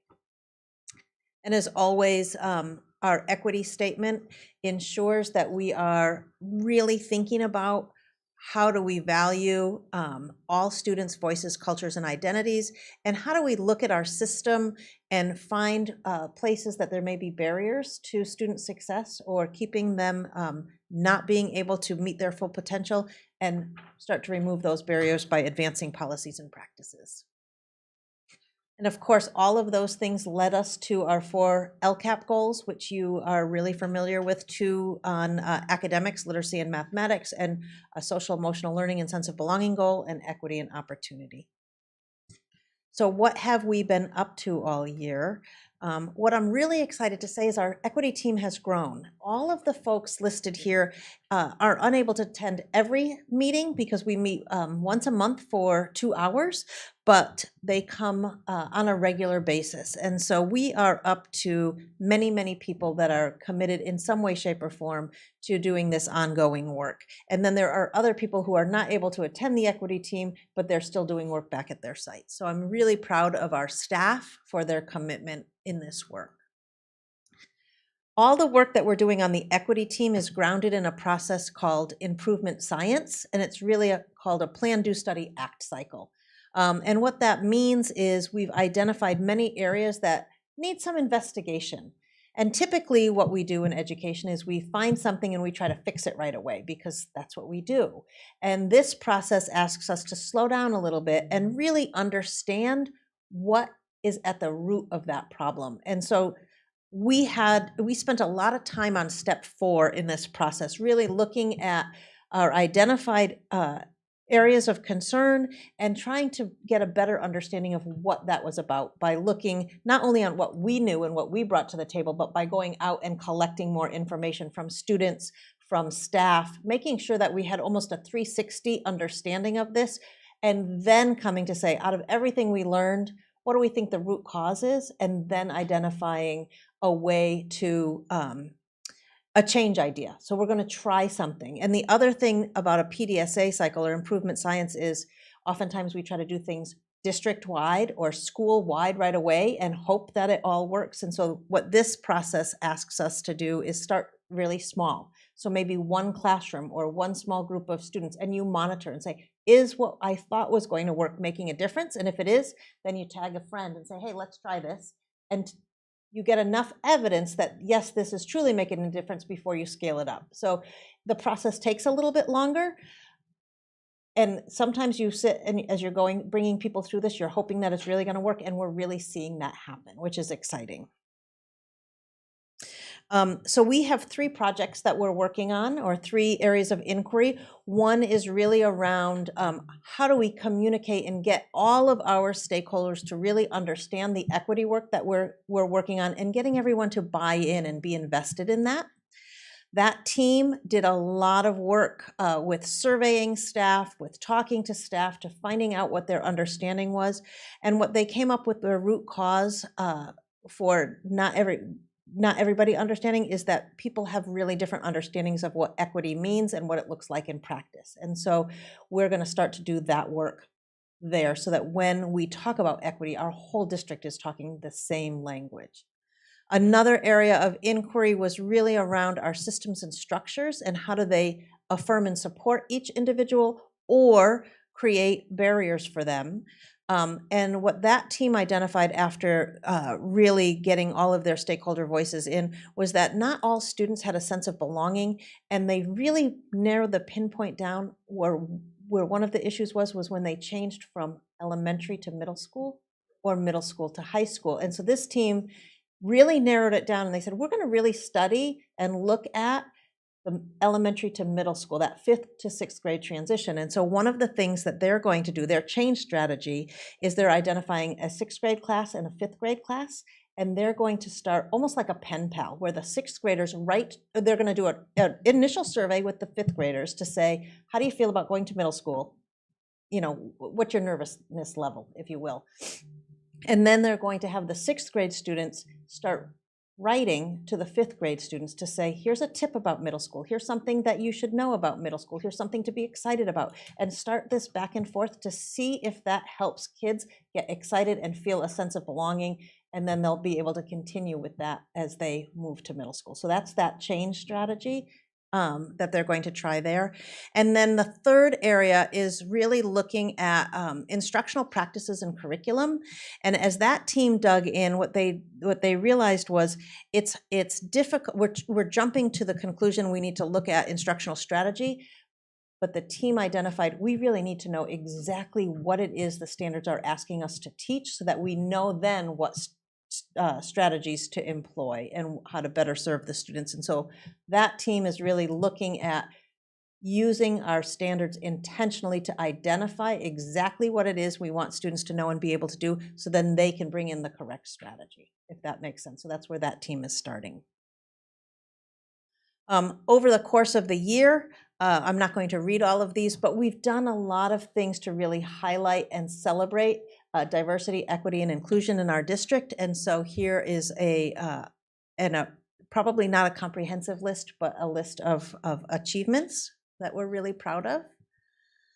And then one of the new groups that is forming under this equity umbrella is a Grading for Equity task force. I brought this to you, as I said, in December, and I really wanted to just revisit that and take you through very quickly these next few slides. Just a reminder, what our current grading practice is pretty traditional at the secondary level, and at the elementary school. Many years ago, we went to a standards aligned, that should probably say, grading scale on a 1 to 4 basis.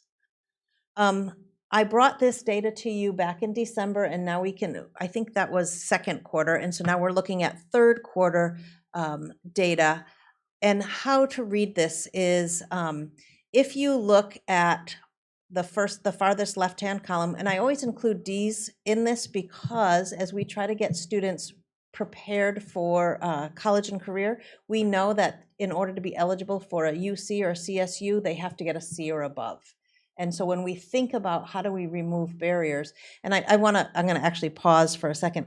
I had someone say, we don't want to lower standards. This has nothing to do with lowering standards. I want to make that really clear, but it's about aligning our practice a little bit more so that we have more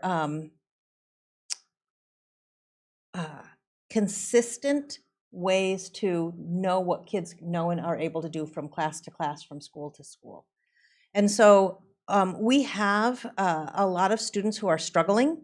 As you can see between the percentages there, I think of 10 to 15% of students in that yellow column, that's kind of like, let's pay attention, what's happening, how do we support them better, up to kids where we have 20% or more kids failing in particular classrooms. And so we want to really pay attention to that and really start to say, how do we learn from each other? How come kids are successful in one class and not in another? What do we need to do? How do we look at that differently?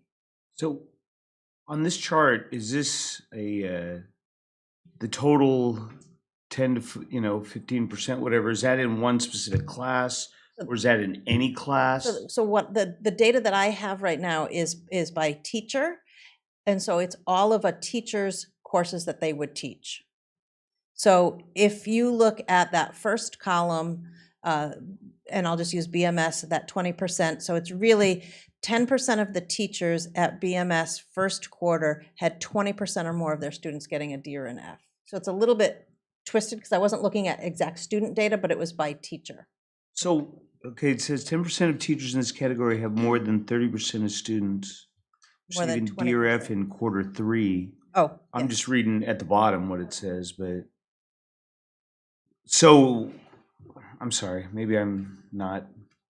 No. Is by teacher, or is this the total amount of kids that are? This is by teachers that have teachers that have students receiving Ds or Fs. So if you look at quarter 3 at BMS in that first top row, 12% of teachers at BHS have.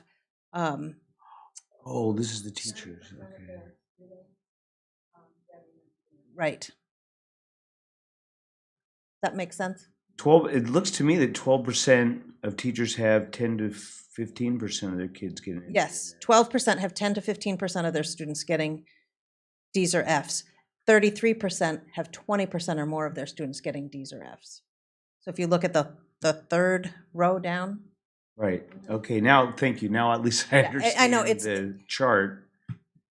Okay. And the concept behind this, what are we to glean from this? that we have, and when I didn't put any teacher names or data No. on here, right? So, but when you Obviously, look, yeah. there are some classes where students and some teachers that they're being really successful. So we need to learn from each other. What's working in some classrooms that's not working in other classrooms for students? And obviously the same subject matter. I would Same say. subject If matter. You're going to compare. Right. You And- compare math to math. And a couple slides later, I think we have, because we have a diversity and a big range of how teachers grade in classrooms, so some give lots of extra credit, some let students do makeups and redos, some have what percentage of test counts in a grade. So everything from 20% of a test counts towards your grade to 80% of it. That's not uniform by level? No. And so that's where there's this wide range of practice. Because we have what equals an A, B, or C, 90 to 100 Yeah, is an A, but we haven't gotten to a place where we say, this is not the consistency Yeah, it's not with what we consistent. expect. So it's showing up here in that we have a wide range. Does That's not, yeah. that make sense? Now it makes perfect sense. Okay. Thank you. And then the next slide is by subject, and you can see that mostly kids are struggling in mathematics at the high school level. 25% of students are getting a D or an F in math at the high school level. I'm sorry, what's GFSF? Get focused, stay focused. Yeah, Sorry. thank you, It's one of thank those you, great yes. acronyms I need to remember to spell out on these slides. It's all good.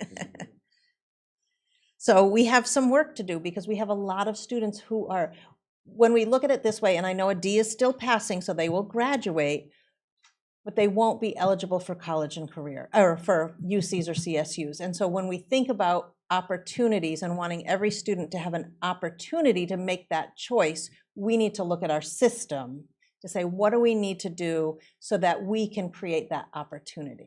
Is the lack of consistency in grading both at the middle and the high school? Yes. And that's not even just Benicia, that's very much a pretty widespread practice. And so that's why we're going to study it, right? We want to study and say, what do we need to do differently so that we have more consistency?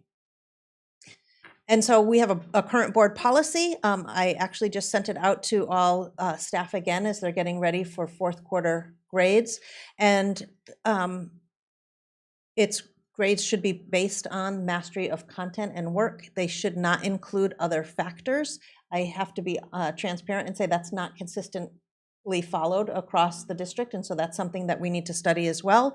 And then all missed assignments shall be available for makeup. And so those are practices that we need to really study and work on. What about all missed assignments, excused or unexcused, should be available for makeup with full credit? What about assessments, tests, yep, et cetera? Yep, I think that's I think that's coming implied. in, but in one of your slides, it's not. It's also not consistent. Right. Okay. Absolutely.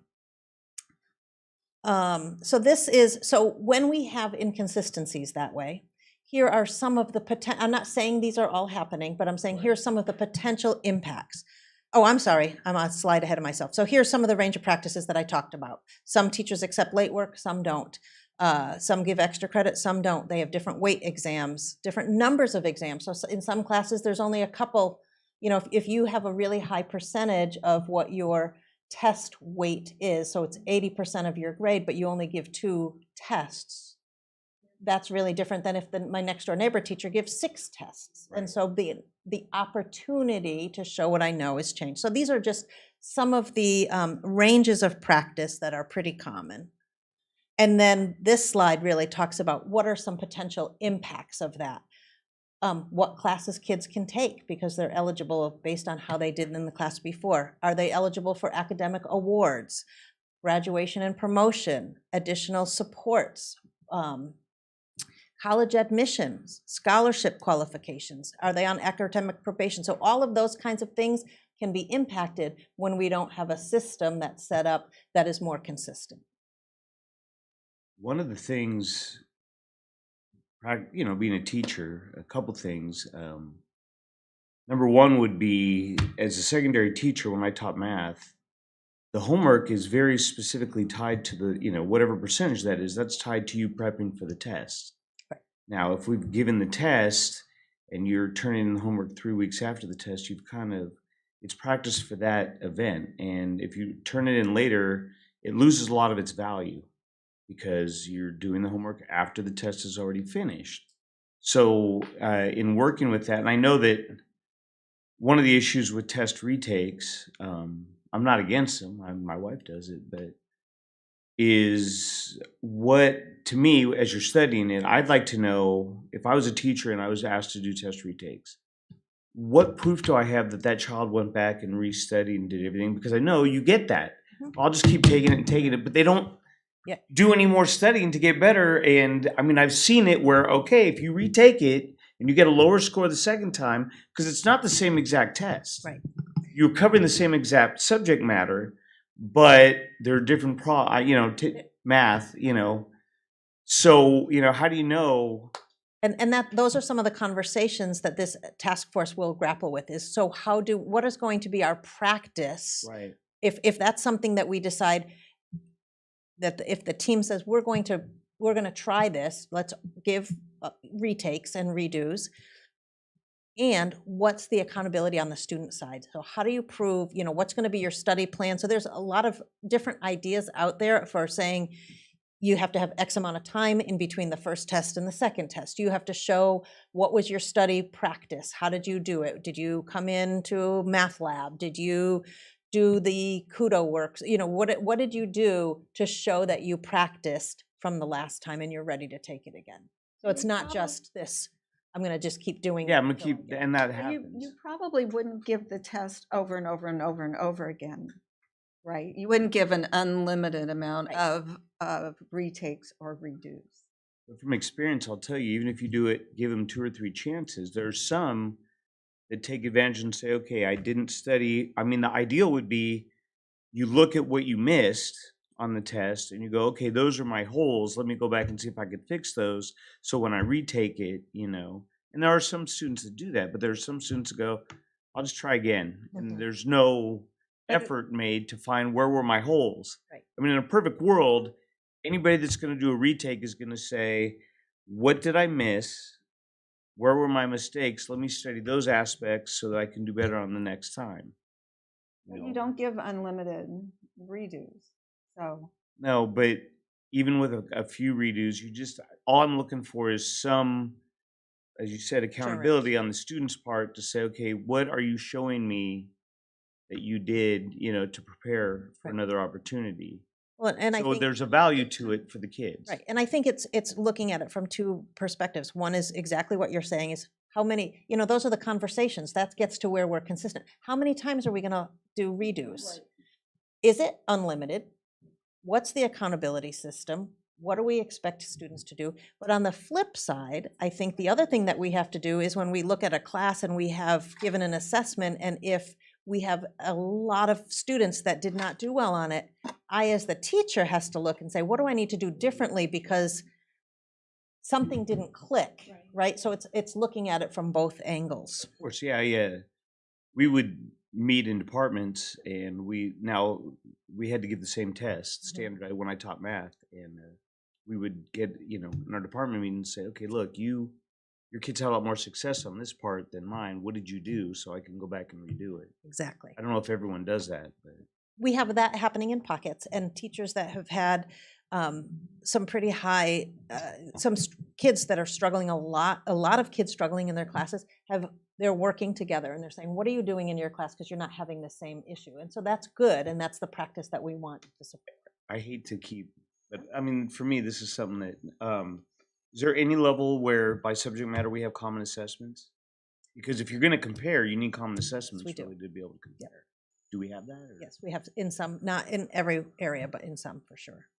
And that's going to impact teachers' time also, or somebody's time or position for having to sit in on these students, having to prepare the test, another option, and sitting and having them. Yep. And that's part of what they use Access for at the high school, and at the middle school. The advisory period is where they can go and get a pass to say, okay, I didn't do well on your test, I need to retake it, or I was absent, so I can get a pass and go to Mr. Maselli's class and retake that assessment. Are they able to do that at the middle school? I thought they were. But When I was there Friday, I was asking about that because we were talking about the advisor. I know Access does. I know Access at the high school. And I don't believe what they were telling me, that there's a lot of that. I think they used to do it, but currently I don't think it's practice. Okay. I'd be curious. I'll look into that for sure. Thank you. So the next few slides are just examples of types of things that we could look at. So part of it is, and I shared this last time, the 0 to 100 scale versus a 50 to 100 scale, so that there's even increments between each letter grade. That is a particular grading practice that people are looking at.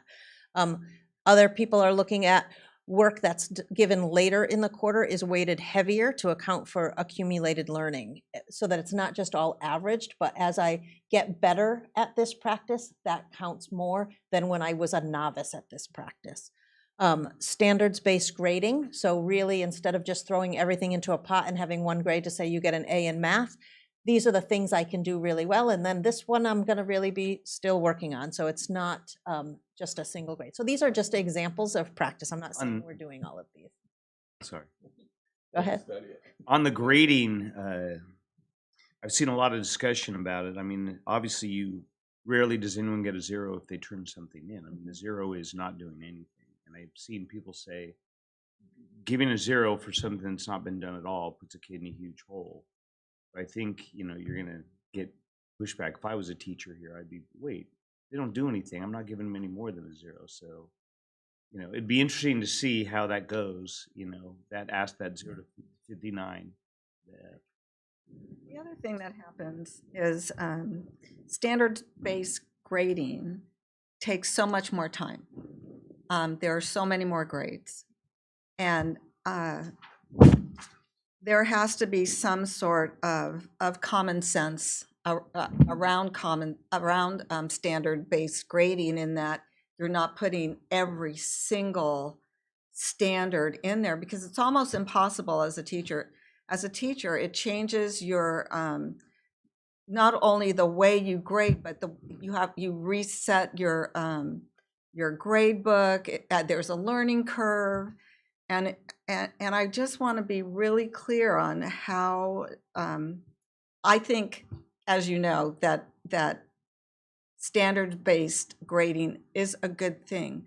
But what I've also learned throughout my experience with standard-based grading is that too much gets put in, and it takes so much time. So there has to be a way to kind of mitigate that and balance. There has to be some balance.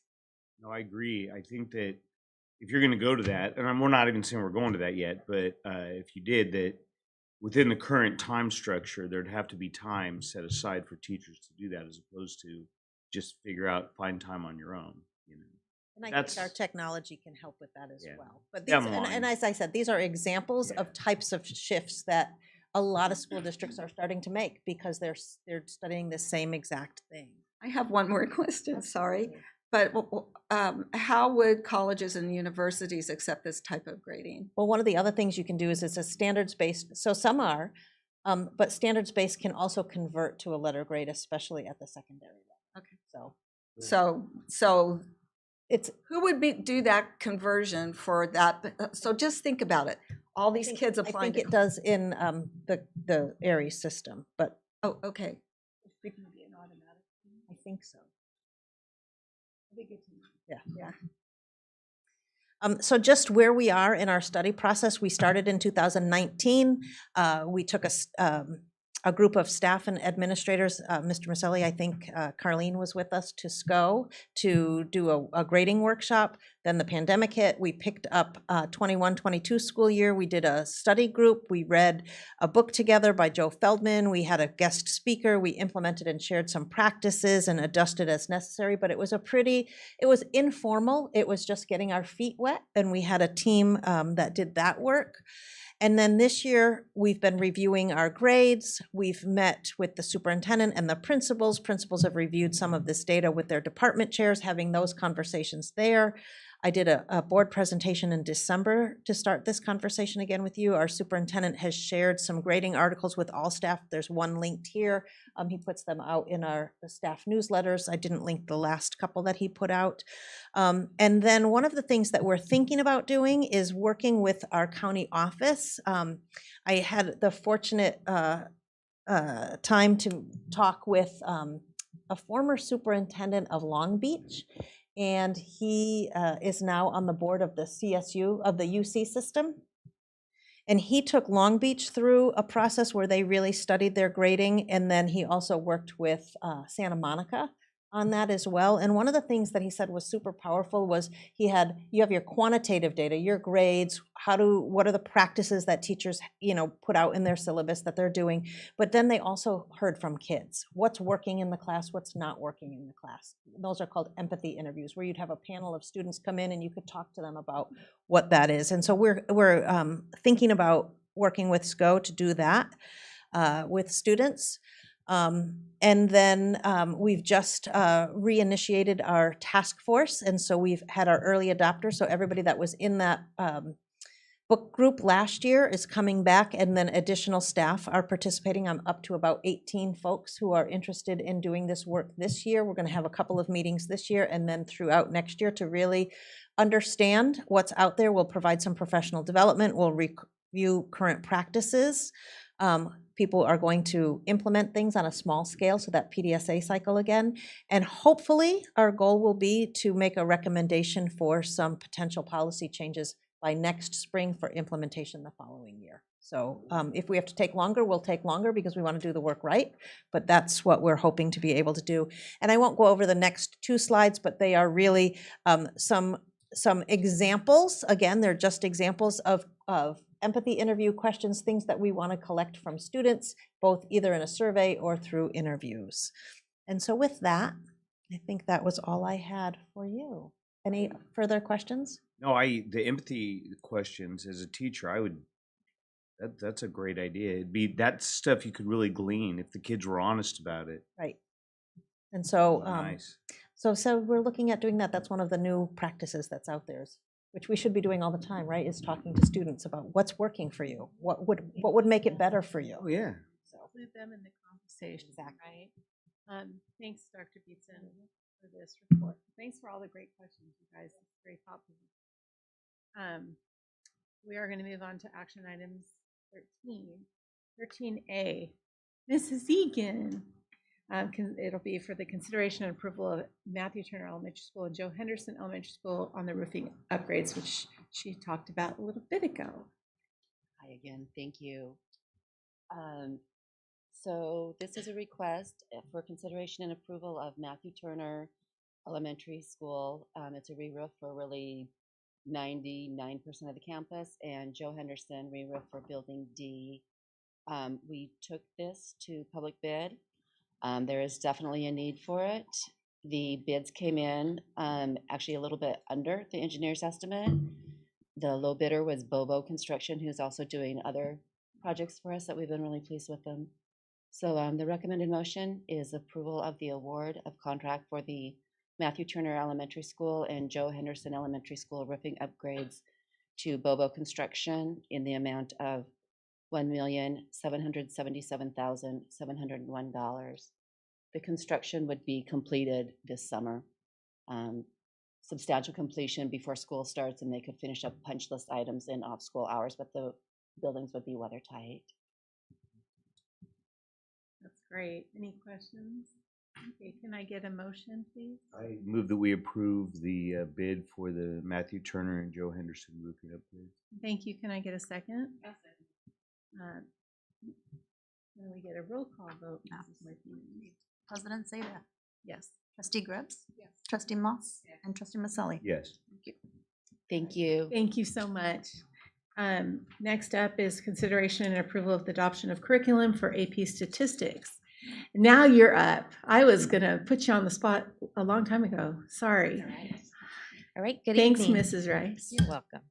My name is Stephanie Rice. I'm Director of Education Services, and I am here for the consideration and hopeful approval of the adoption of the curriculum for our AP Statistics class at Benicia High School.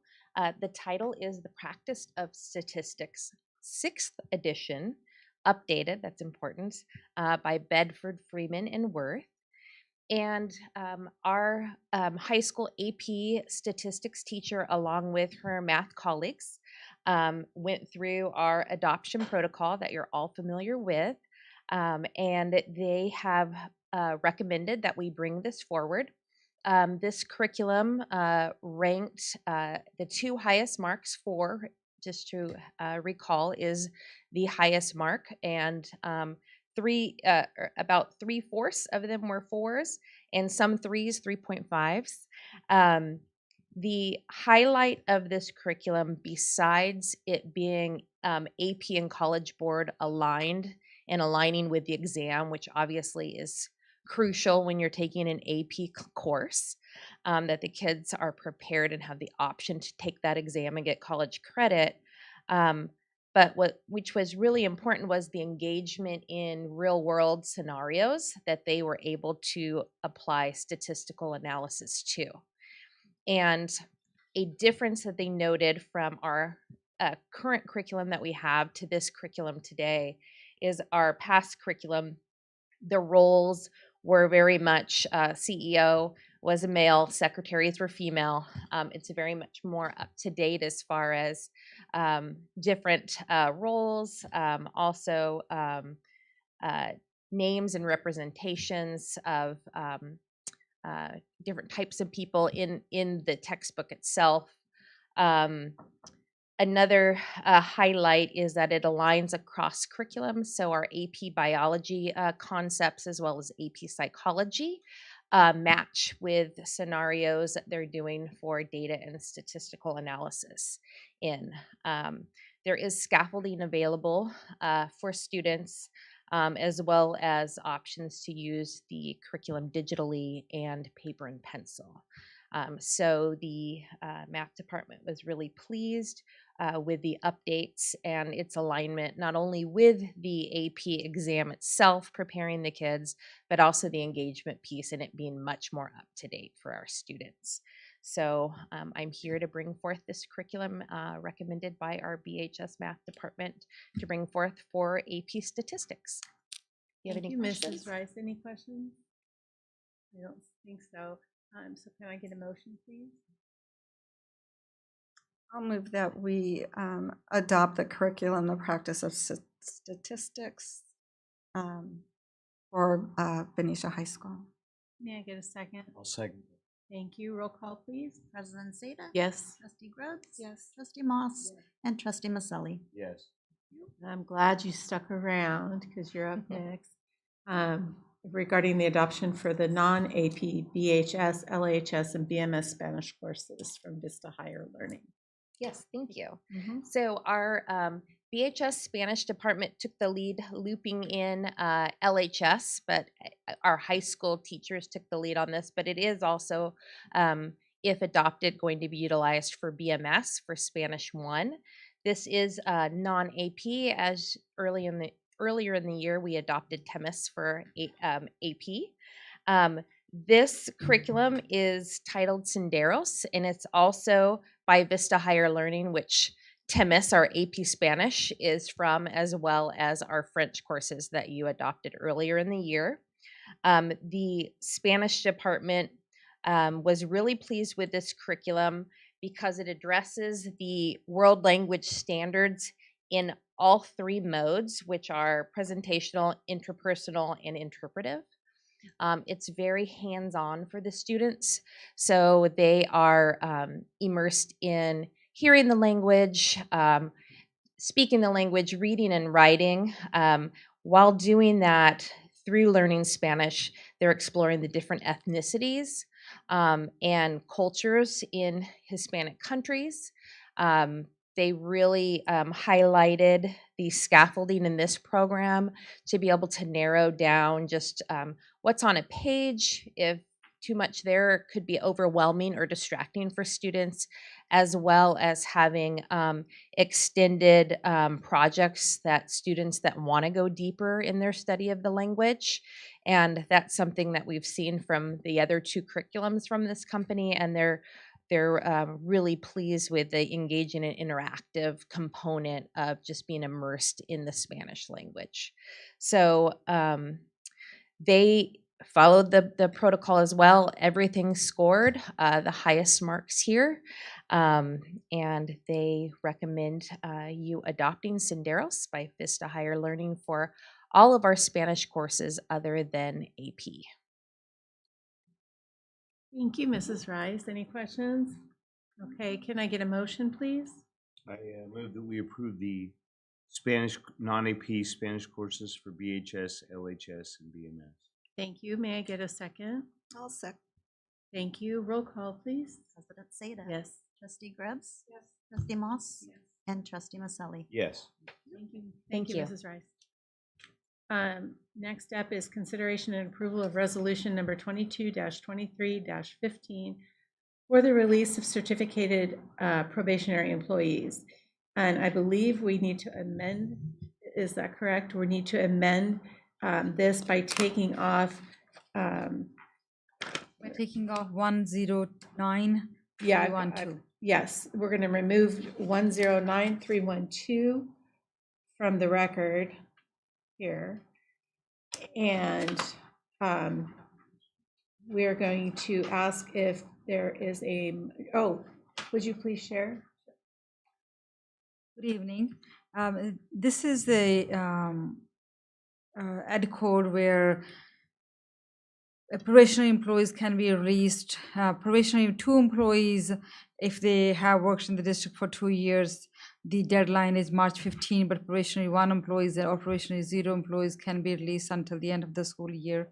So we have these 2 employees that the recommendation from staff is to do a non-re-election of these 2 employees at the end of the school year. Thank you. Are there any questions? And those employees, we don't really get into that here. So can I get a motion to on the table for resolution number 22-23-15 with the removal of ID number 109312? Is there a motion on the table? I move that we approve resolution 22-23-15 with the amended hard. Thank you, and can I get a second on I'll that? second. Thank you, and we need a roll call, please. President Seda. Yes. Trustee Grubbs. Yes. Trustee Moss. And Trustee Maselli. Yes. Okay, so that's 4 yeses and no nos, so that passes. And then our last item up for this evening is also Dr. Gill's going to present consideration and approval of the speech language pathologist assistant job description. Thank you. This is a request from our special education department. Currently, we employ speech pathologists in our district. We do not have speech pathologist assistants. And the request is to meet students' needs with the speech therapy, especially one-to-one small group sessions, that we have these positions as assistants as well. And so we are bringing this job description forward to approve. We also worked with our CSA, because this will be a classified CSA position, and they agreed to have it placed at range 50. Any questions? So this is specifically for the SPED department. That's correct. Speech. Right, for speech for the SPED students. That's correct. Okay, and then is this a brand new position? We actually, this year, there is an assistant, but that's on contract. A contract is pretty expensive, but also they're not our own employees. It's important to hire our own employees so that the students have their relationship, but also longevity within the school district. So since there is a need, the thought from the department is, why not have our own assistants who can be at the sites and work with the kids? This is just the job description. We're not hiring somebody per se at this point. Right. This is just job description. There's not not a but- person. Yeah. Yeah, if you can hire, because the amount of money contracted out to, It is very speech and expensive, language that's is correct. a lot of money, and the actual employee, I mean, it's better for us if we can get people under the district. It's also better for the employee Yeah, and for the students. and for the That's correct. students, Yeah, yeah. absolutely. Okay, can I get a motion? Is there a motion on the table? I move that we approve the speech and language pathologist assistant job description. I'll second. Thank you. Roll call, please. President Seda. Yes. Trustee Grubbs. Yes. Trustee Moss. And Trustee Maselli. Yes. So with that brings us to the end of our meeting. I want to thank those of you that came or that are watching at home. Have a great couple of weeks. We will see you on Thursday, May 4th. Thank you and good night. It's the end of the meeting, 8:08.